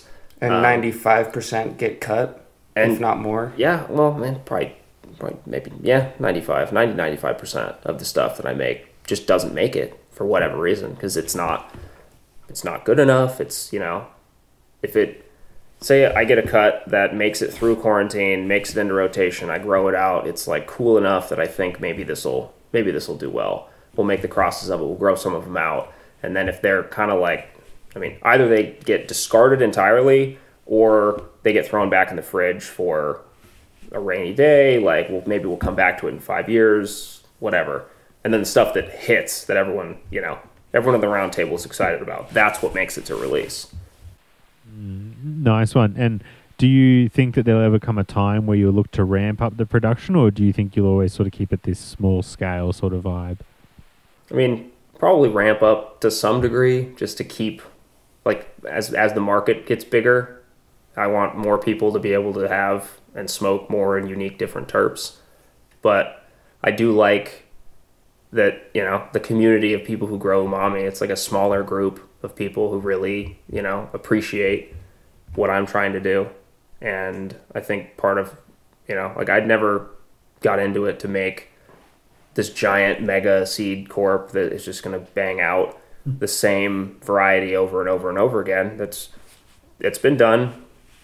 There's people that want that, and that's great, but I want to make, we'll keep it relatively small.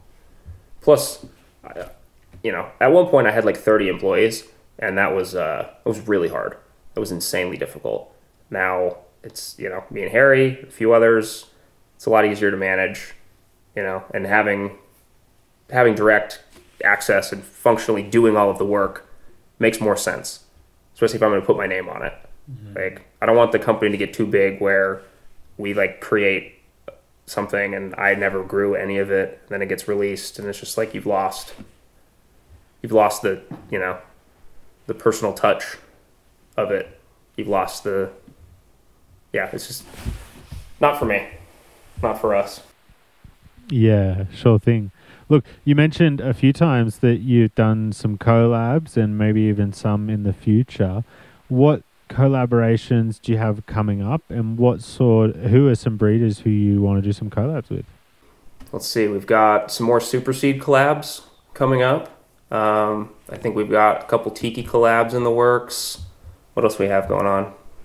The Super Seed is going to be the next one to drop, Social Soda. Yeah, Super Seed co-collab, which I love. I love Super Seeds. We've done them for a long time. Tell me about that. Is it Seattle Soda? Yeah, tell me a bit about that strain. That one's out of control fire.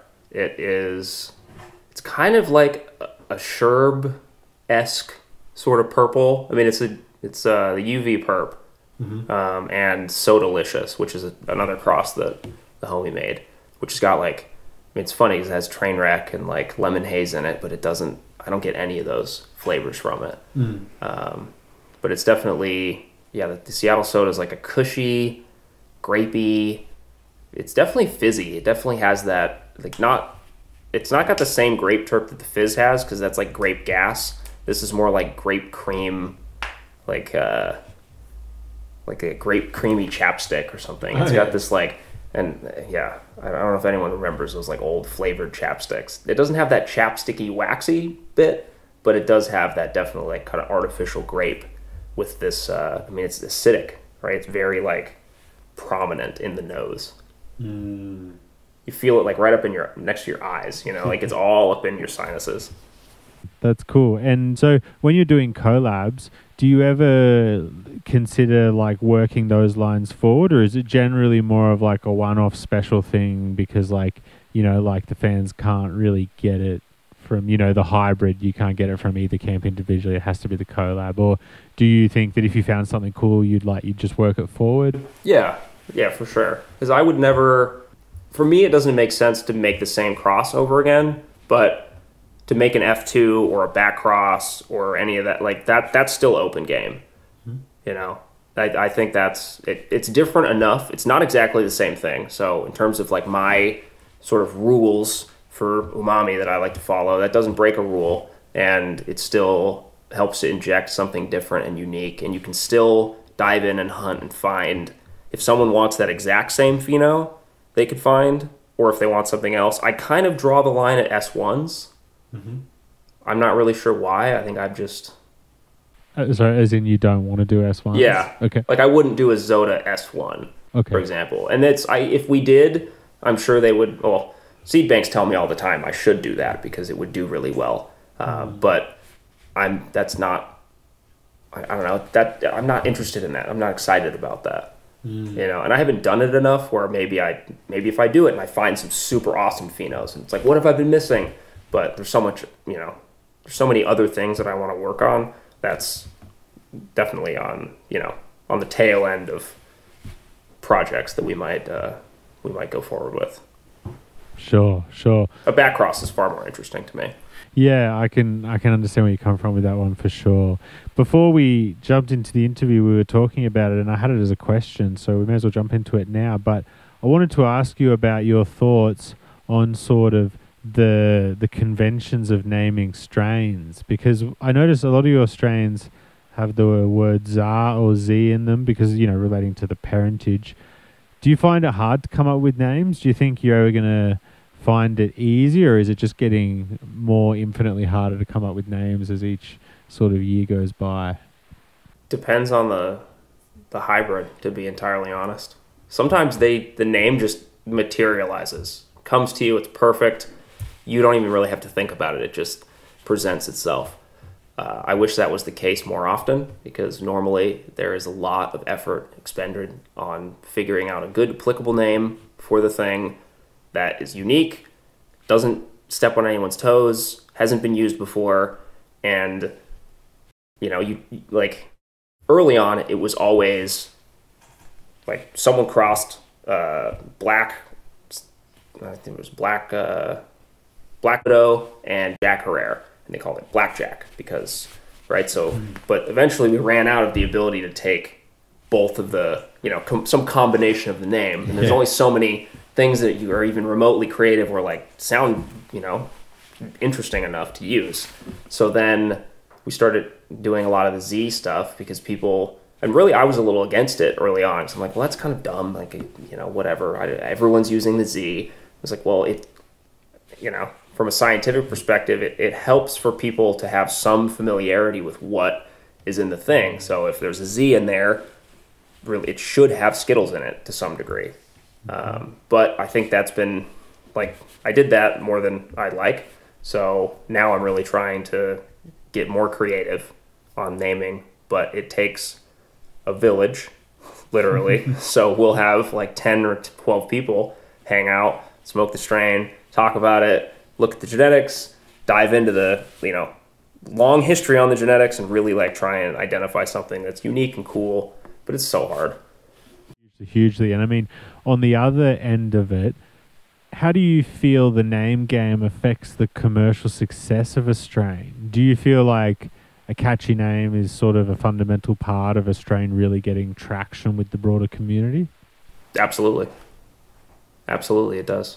And some of them, especially if it's a smaller release, where I like a name because it's funny, like Bathwater, for example. You know, like, will Bathwater sell at a shop? Possibly. And one of the thoughts when we're naming stuff is like, hey, if this is on the menu at a dispensary, is someone ever going to want to smoke this? It has to, you know, like the name has to be good enough that someone's interested or appealing in some way. You know, I think a lot of strains that are really, really good, they kind of fall off or you just end up renaming them. Yeah, definitely. Look, you have such a variety of unique strains in your arsenal. I wanted to just like basically interrogate you on a few of them to find out more because I'm just genuinely curious. So, Kiwi Sherb, grab my eye on your website because I think you sort of said like it's maybe like a bag seed or something, like people aren't 100% sure what that one is, but I think you've made hybrids with it. Do you have much info on that one? I think you're talking about, that was from Tiki, is that Kiwi Sherb cut. And I think that was from the Tiki collab. So when we gave him our Zucchi, he headed to a clone only he has called I wasn't Kiwi sure. Sherb. But yeah, I sent him my Zucchi cut. our male, and then he had a bunch of his clonal. So mates. he sent me one of his females, and I reversed it, and I made the femmes, and I sent him a male, and then he made the regs. That Zucchi male is bulletproof. Tell me about the Zucchi male. I've heard the name before. What's it like as a strain? So the Zucchi is, let's see, how to best describe the Zucchi. The Zucchi is a monster, and I never was a big fan of any of the females in that line that I found. They were really good, but nothing blew me away, except the male. The male is this big monster, stacky, giant cola-making male that, like, I'm sure you've seen males that have, like, a lot of little bananas and they're, like, kind of sparse all the way up the top. This makes giant bananas out of all of the pollen sacs. Like, it makes, like, it looks like bananas. Wow. Made of little tiny bananas. It's the craziest thing ever, and it's just iced out from tip to toe. Yeah. So when I found that male, I actually misidentified it as a female the first time because it didn't have any male traits whatsoever when I was sexing the first population. I was like, okay, cool. And then I threw it into a room to test it out for flowering, and then it turned into a male, and I was like, looking at it, it was all frosty. I was like, well, we're definitely keeping this cut. You know, that's going to be a definite win. Because I've been running that generation for a while. So that one started back on the original release of the Mac Mint male pollinating all my stuff. I found a male Froyo, which was the Mac Mint by the Sunset Sherb. So it started at Mac Mint, then I made Froyo. Then on the Froyo male, that was crossed it to Biscotti. That became Kentucci. And then I crossed that to Skittles. That became Zucchi. And then I found another male from that, crossed that to Animal Mints. That became Swish. And then I found the female from Swish and made the reversal. So I've been working on that male population since 2016, 2017. So I know everything about it. It's easy to pair stuff now because I know exactly what it's going to do. Yeah. I know exactly what the phenols I'm looking for are, and it's, like I said, it's bulletproof. That's cool that you've continued on the project in that regard. You got me wondering, in general, do you have a specific process or traits you look for when selecting a male, or is it more like a certain one just sort of speaks to you? It definitely speaks to you. A lot of people think stem rub is something to go off of. Kind of gone back and forth on it. I don't think it's really it doesn't give me enough of an indication one way or another. I've had plenty of things that had no stem rub that came out really, really good, and the other way around as well. Selecting males for me primarily was vigor, structure, no signs of flowering in veg. Any autoflower tendency is gone. I can't do anything that has any hardcore autoflower tendency in my, because I'm not growing autoflowers, not viable for me. So none of that. Structure, like I said, structure. So veg structure and then flower structure. What's it stack? What's the stretch look like? And then ideally, this not always the case and not necessarily indicative of a male that's gonna win you awards or destroy stuff and just be a fucking killer, is frosty males. Because I've had males that have tested 7, 9, 10%, Really? which they're iced out. There's trichomes all over them. Have you ever tried to smoke them? No, I would probably die. I'm deathly allergic to pollen. I've had hay fever since I was a kid. Yeah. So all pollen I'm allergic to, and then cannabis pollen. I have to wear my big giant respirator that covers my eyes too, and I'll wear a Tyvek, and then I will literally walk that whole, after I'm done pollinating or cleaning seeds or whatever, I'll walk that whole rig in under a shower, and I'll rinse myself down and try and knock the pollen down after having taken a bunch of Benadryl or whatever, because it'll just I could never smoke a male. I would probably die. Yeah, look, understandable. I had a few more unique females I wanted to ask you some questions about. I wanted to ask you about the lemon pepper. That sounded very unique. Lemon pepper is super fire. So that is I didn't make that one. That's a cut that I got from my homie from the network. And the lemon pepper is one of the only strains that smells exactly like what lemon pepper smells like. It's super, super floral and this like lemon mustard funk that also is really, really peppery. It doesn't have hardly any bag appeal. It's like a really ugly plant, which is kind of unfortunate because the terps are out of control. But it breeds really, really well. And probably 75% of the progeny look amazing.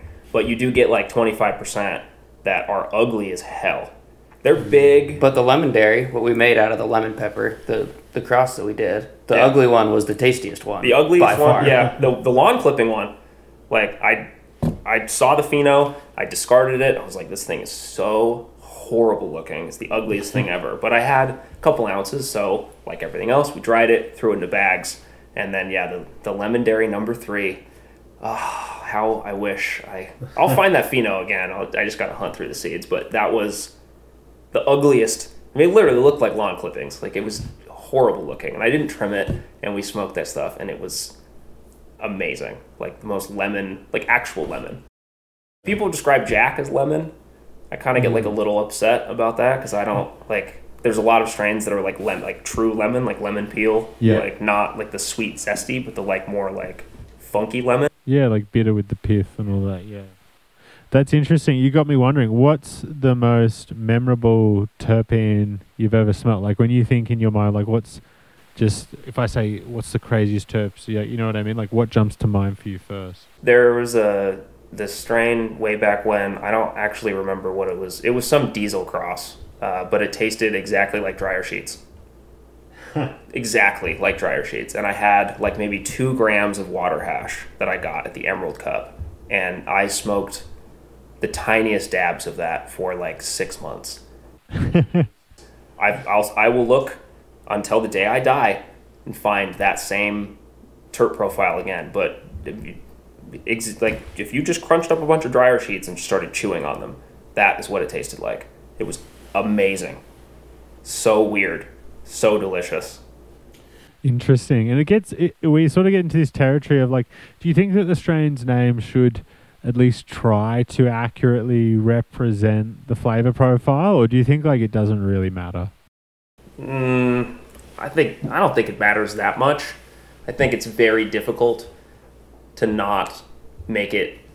If you only chase those types of names that will make more sense on a description, then everyone, like a lot of the names are going to be really the same because a lot of the flavor profiles are pretty similar. So like, how do you differentiate the thing?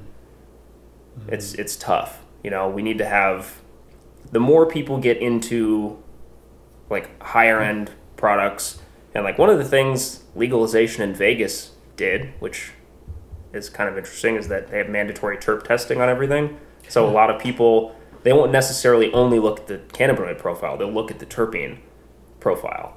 And like though the terpene profile is about as unique as anything else. Like if you wanted to map genetics, you can just as easily map them with their terpene profile ratio as you can with like their genes. Yeah.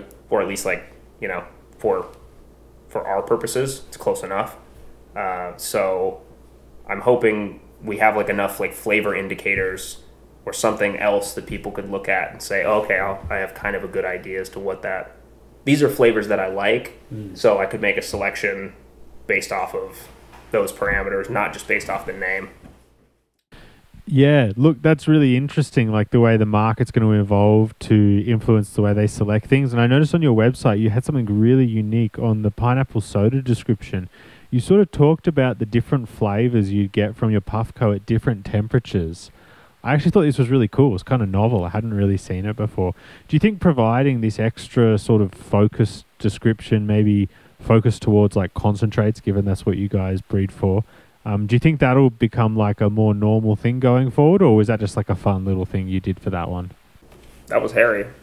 Yeah, I mean, we try to incorporate more of the hash before the seed drops now. So like all these flavors in front, we already have them in big hash production because we want people to know exactly what it can do, what's a reasonable hash number, like how can you move forward. So yeah, having that, and then Yeah, some things definitely have different flavors depending on the heat that you hit it at. So like between 400 degrees to like 550 might be a totally different experience. And like you might be able to really taste it more at the 400, but that higher heat can give you like some different flavors you might be missing in a different way depending on like what temperature those terps burn at, I'm assuming. But I mean, have you noticed that? Well, yeah, that definitely. Different terps have different boiling points, and if they flash off too quickly, then you only get some portion of the total terpene profile. So temperature is very dependent on flavor. Or I guess I should say flavor is very dependent on temperature. Yeah, look, definitely. And you just referenced like, having these strains in production before the seed drops happen. What's your sort of ideas on the breeding on the testing landscape in terms of, do you just prefer to do it all in-house? Do you ever give stuff out to the public and say, send us your results? And do you think it's possible to test everything in the current breeding landscape? Because a lot of other guests have sort of said it moves so fast, like maybe you can test a few things and be like, you know what, this male seems pretty solid, but sometimes it might be hard to test absolutely everything. Where do you fall in terms of your beliefs on testing? Well, the product has the name on it, right? A lot of that, like the brand, I always want the brand to have integrity. And so if I'm going to release something, we're going to drop something, it has to have integrity, and it has to have been tested, and it has to, sort of fit within the values of umami terps.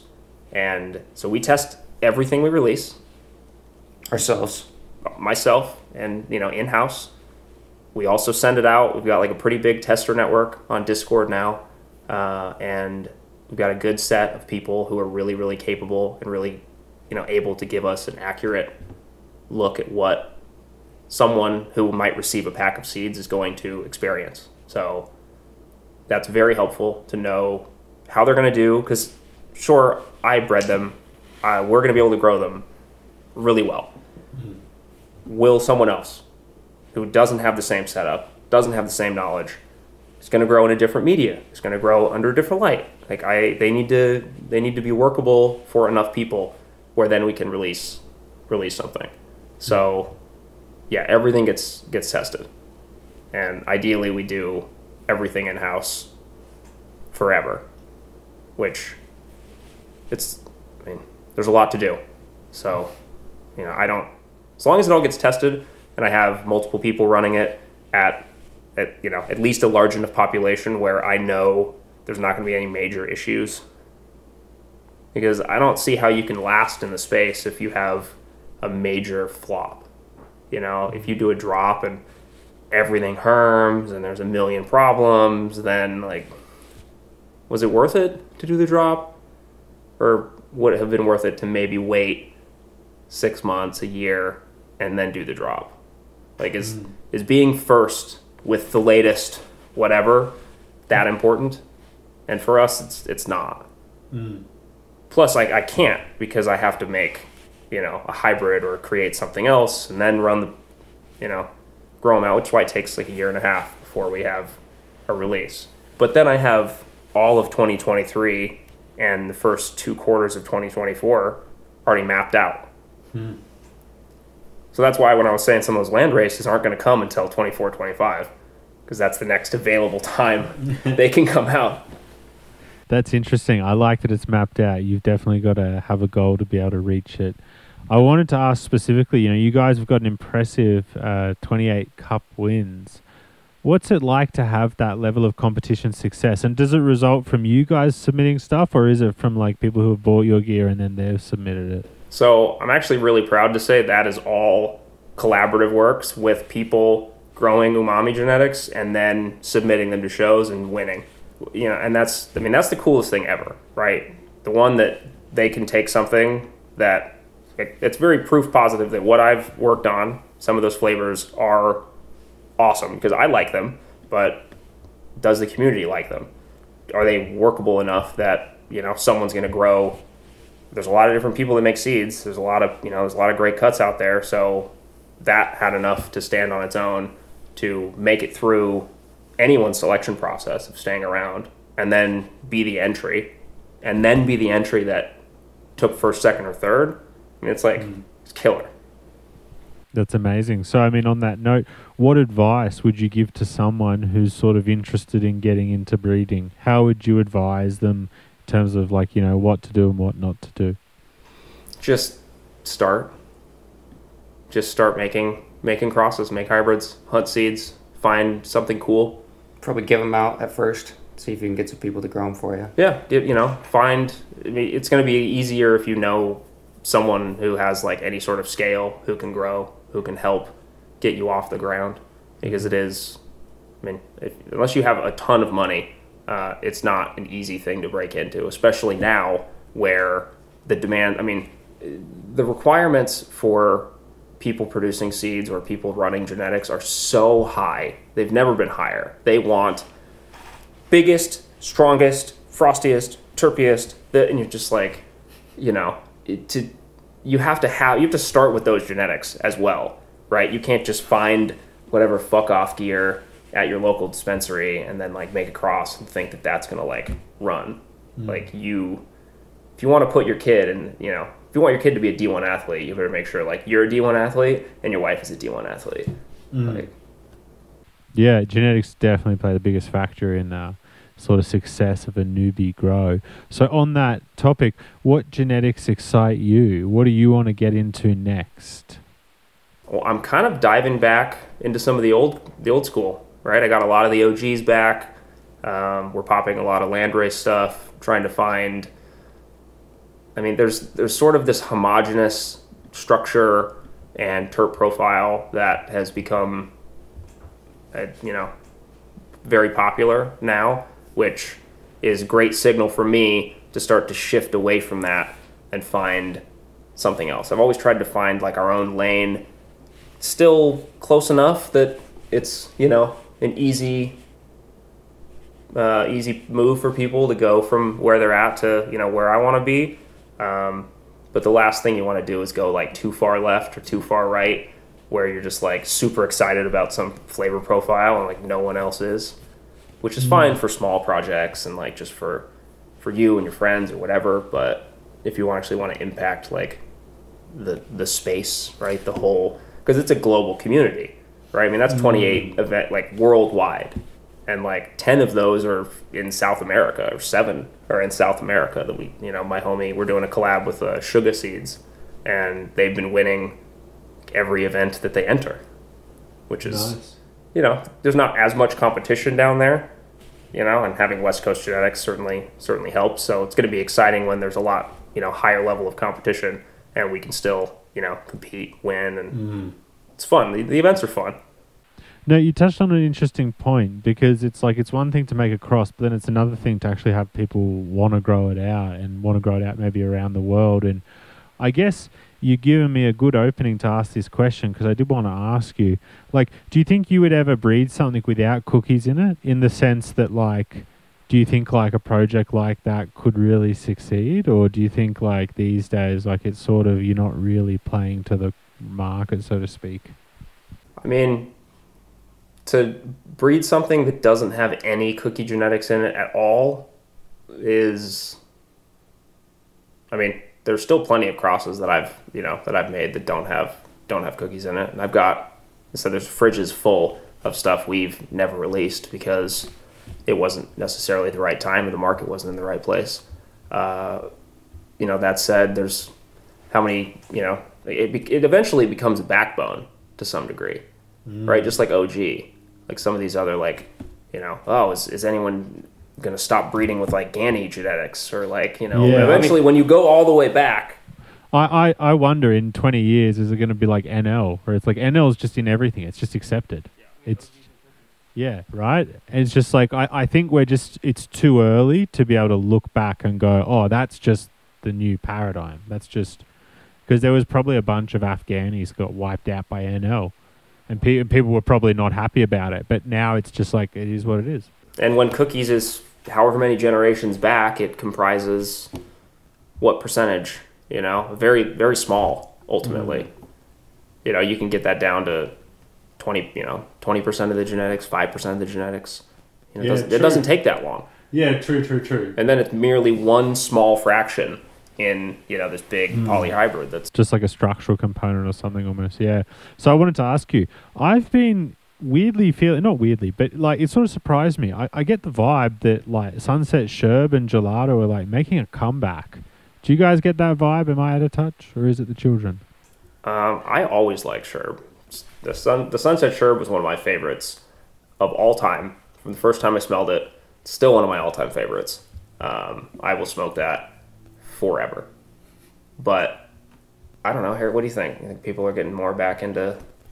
I think it's just been around and it's going to stay around. It's such a good flavor profile, especially for someone who's just getting into cannabis. Like, it's almost like having them smell a tangy when someone doesn't really know. Like, they can only describe cannabis as smelling like weed. Like, they're like, I don't know, it smells like a plant. But if you can give someone like a real like tangy orange, they're like, oh, I think I can smell the orange in that.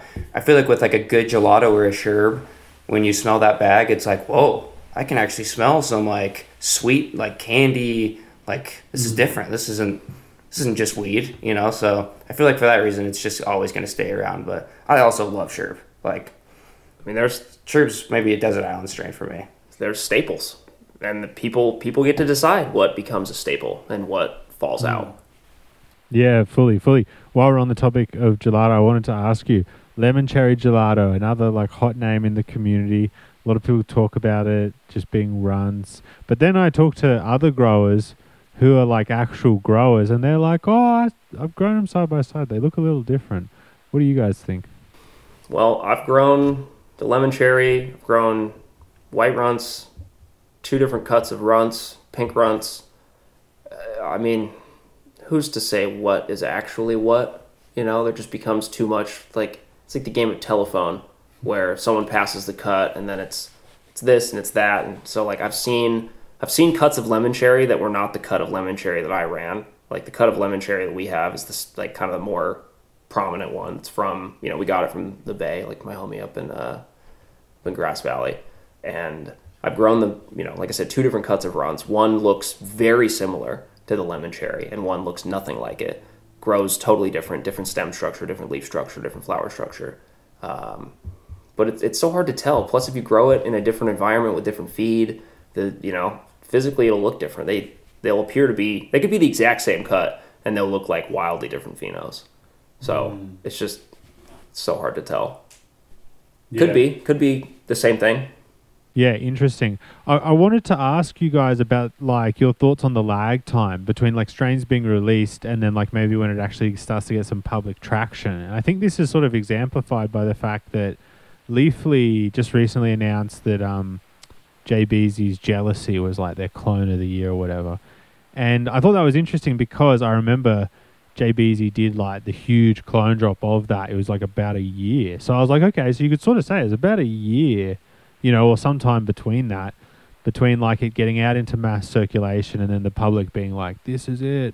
So would you agree that like you reckon 12 months is about the time lag from sort of when you maybe start getting it out there to when maybe the end consumer is starting to maybe get hyped? And what's your thoughts on that time lag? Is it like, does it make your job as a breeder harder? I think it's some strains will come out, like they come out of the gate hot, and there's virtually no lag time, which is not always the case, but some come out hot. Some, I think 12 months is probably your like 10 to 15 months is probably your average. But what's interesting is you see strains that'll be out for like 2 or 3 years, or like 4 or 5 years, and then all of a sudden, for whatever reason, Back one. they blow up. That, and you're just like, what? Where did this come from? This has been around, and now all of a sudden, it's hype, and everyone's after it. So it's kind of interesting to see like some of those get rediscovered, where they've been in hiding. Which sometimes it's just coming up with a clever new name and some fancy logo and some bubble letters, but not always. I bet you RS11 will be the next Leafly strain of the year. That was the next big clone drop by that gang, so wouldn't be surprised if in a year from now, it's RS11. Right. Should do. It probably will, you're right, hey. So, on the tail end of the questions, I wanted to ask you, are there any breeders you haven't worked with, you're maybe not necessarily friends with? Heck, maybe they don't even breed anymore. They're like super old school. Any breeders you like wish you could collaborate with or like use some of their work? Sort of like, fantasy football style question. Man, it's so funny because they say you should hustle hard enough until your idols become your rivals, which, is a true statement. And there's a lot of breeders in the space who've like contributed like a lot. But once I got, 5 or 6 years, like if you asked me that question like early on in the career, I would have been like, oh, this person, this person, this person, this person.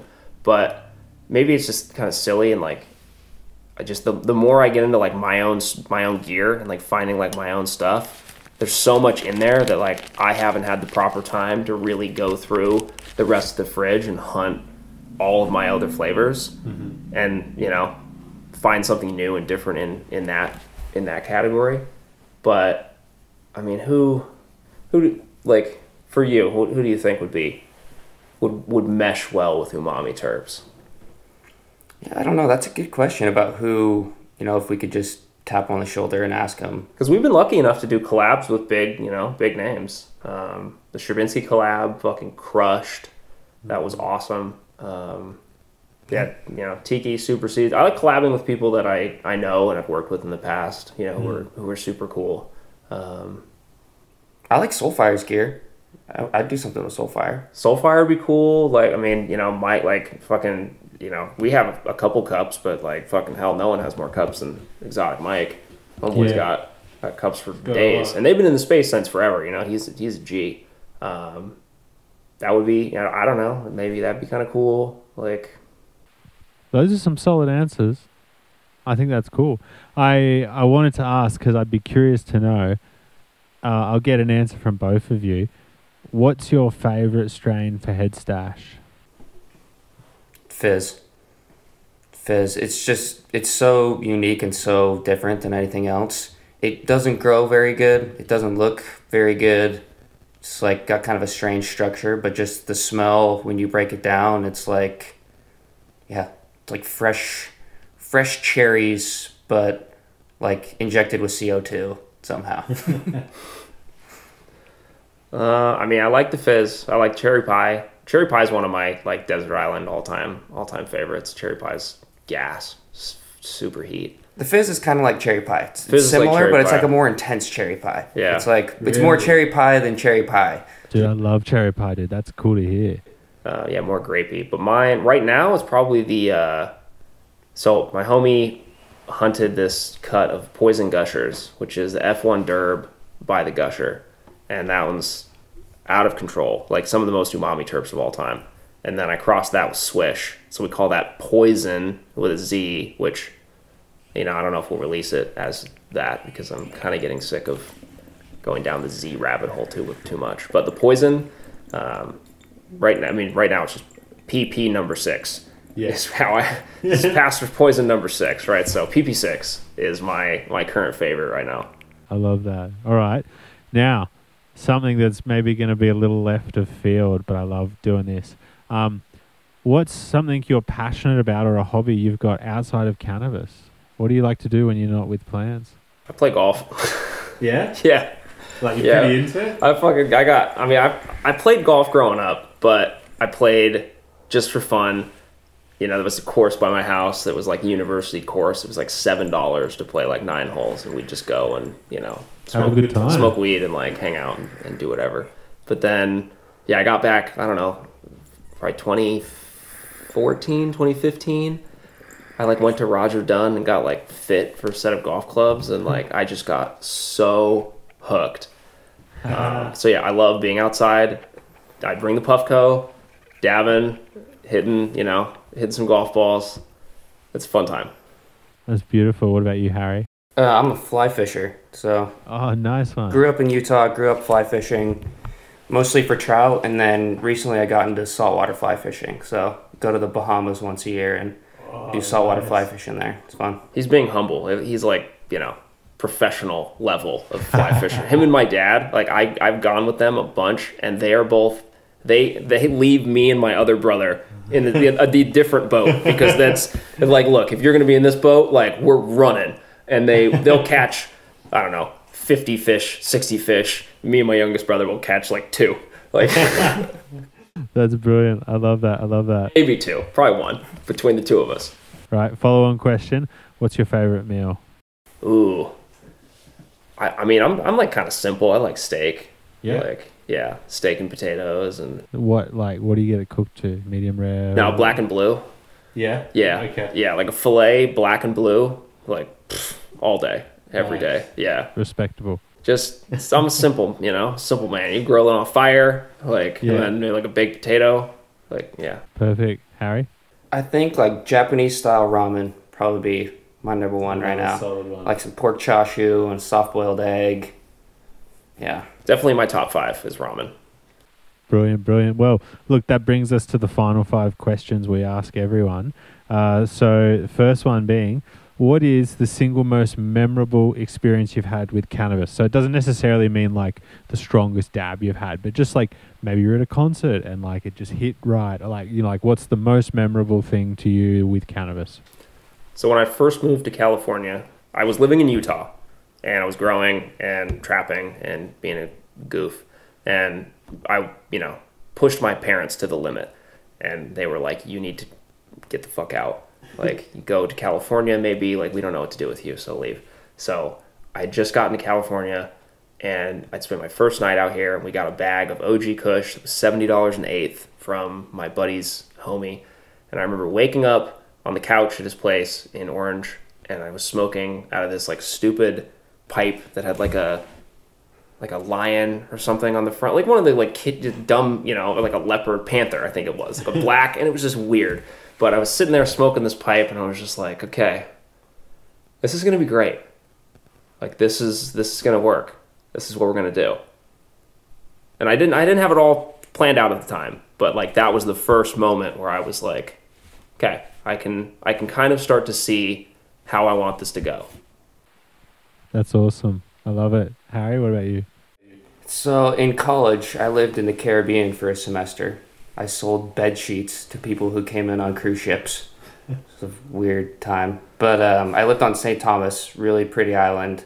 So got a bag. Master Splinter was the name of my drug dealer there. Never learned his name, but just give him a call. You home? Yeah. Drive by, he'd just be sitting in a lawn chair out front, walk up, dime bag, $10, good to go.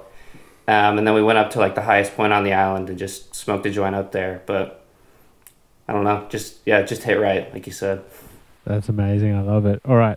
On the other end of the spectrum, okay, all your homies are hyping up this strain. You're like, oh, fuck, can't wait to try this.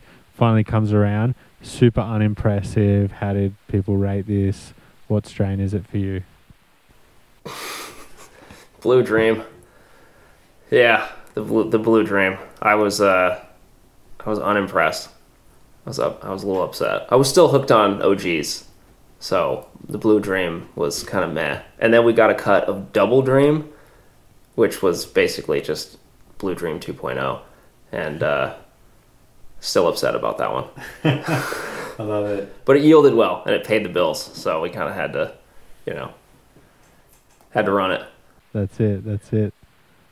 I don't want to keep hating on Oreos, but I've seen some Oreos hash that looked incredible and someone was hyping up and I smelled it and I just got, what do we call it? LaCroix, like hint of Oreos is kind of what I describe it, like hint of Oreos. And the flour the same way. I saw the jar sitting there and I was like, oh, I got to get some of that. Yeah, look at that. Yeah, and then I remember smoking it and just being like, oh, this? Like, bummer. Yeah. Sorry to Oreos lovers. Nice. All right. Something you referenced earlier. I'm going to drop you off on a desert island. You can take 3 strains. What 3? Ooh. Okay. Let's see. We're definitely taking an OG cut. I'm not going to say which one because, I don't want to. That's too difficult. But an OG cut. Definitely taking either fizz or cherry pie. And then probably... Oh, honestly, like I've been smoking on this Rainbow Belts 2.0 recently, and I could probably smoke that hash every day until I died. It tastes, it's so overpoweringly soapy and weird, and it gets me the same weird, that's as close to the dryer sheet terp as I've found. Like, definitely in the profile of cleaning products, but yeah, I always joked, like, I thought Skittles or, Rainbow Belts tasted like if you made a butter croissant, but used Dawn soap instead of, like, water in the dough. Like, it's got this really creamy, delicious, but just soapy, like, well soapy. Wow, there you go. I'd say probably the Rainbow Sugar, which is a cross we did of fizz. So it's got those same kind of fizz terps, but it's got maybe like a little more stony. Probably like something like a Rainbow Belts or the Skittles, just because that's such a unique flavor I'd want to have. And then, man, I don't know what for my third one. Yeah, maybe like an OG, like a Larry OG, or just something like totally different. Yeah, nice one. Something green. I love it. All right, final question for each of you guys. You got a time machine. You can go back anywhere, anytime, any place. You can get either seeds or a clone. Where are you going to go? What are you going to get? Ooh, I'm going to go... I mean, how long do I have? Because I want to do the whole hippie hash trail. I want to do the old school shit. I want to smuggle a bunch of hash in the surfboard. I want to do all of the things that I always read about, like my parents' friends doing. And just going into parts of the world that are like absolutely inaccessible to this day, and tasting and finding stuff that is definitely extinct at this point. Like, and maybe it's awesome, and maybe it's just like, oh yeah, we have all these flavors today. Like, this wasn't, like, because part of the scent memory, you romanticize flavors. I don't know if you've had this where like you don't have something for a long time, and then you try it again, and you're like, oh man, it's just like, it's not as good, like this doesn't taste as good. Like, is it? Or did you just like romanticize it and make it better in your head? And it's hard to say. Certainly. And Harry? Yeah, I really don't know. Can you go in the future with this time machine? I guess so. Why not? I probably Roadkill Skunk.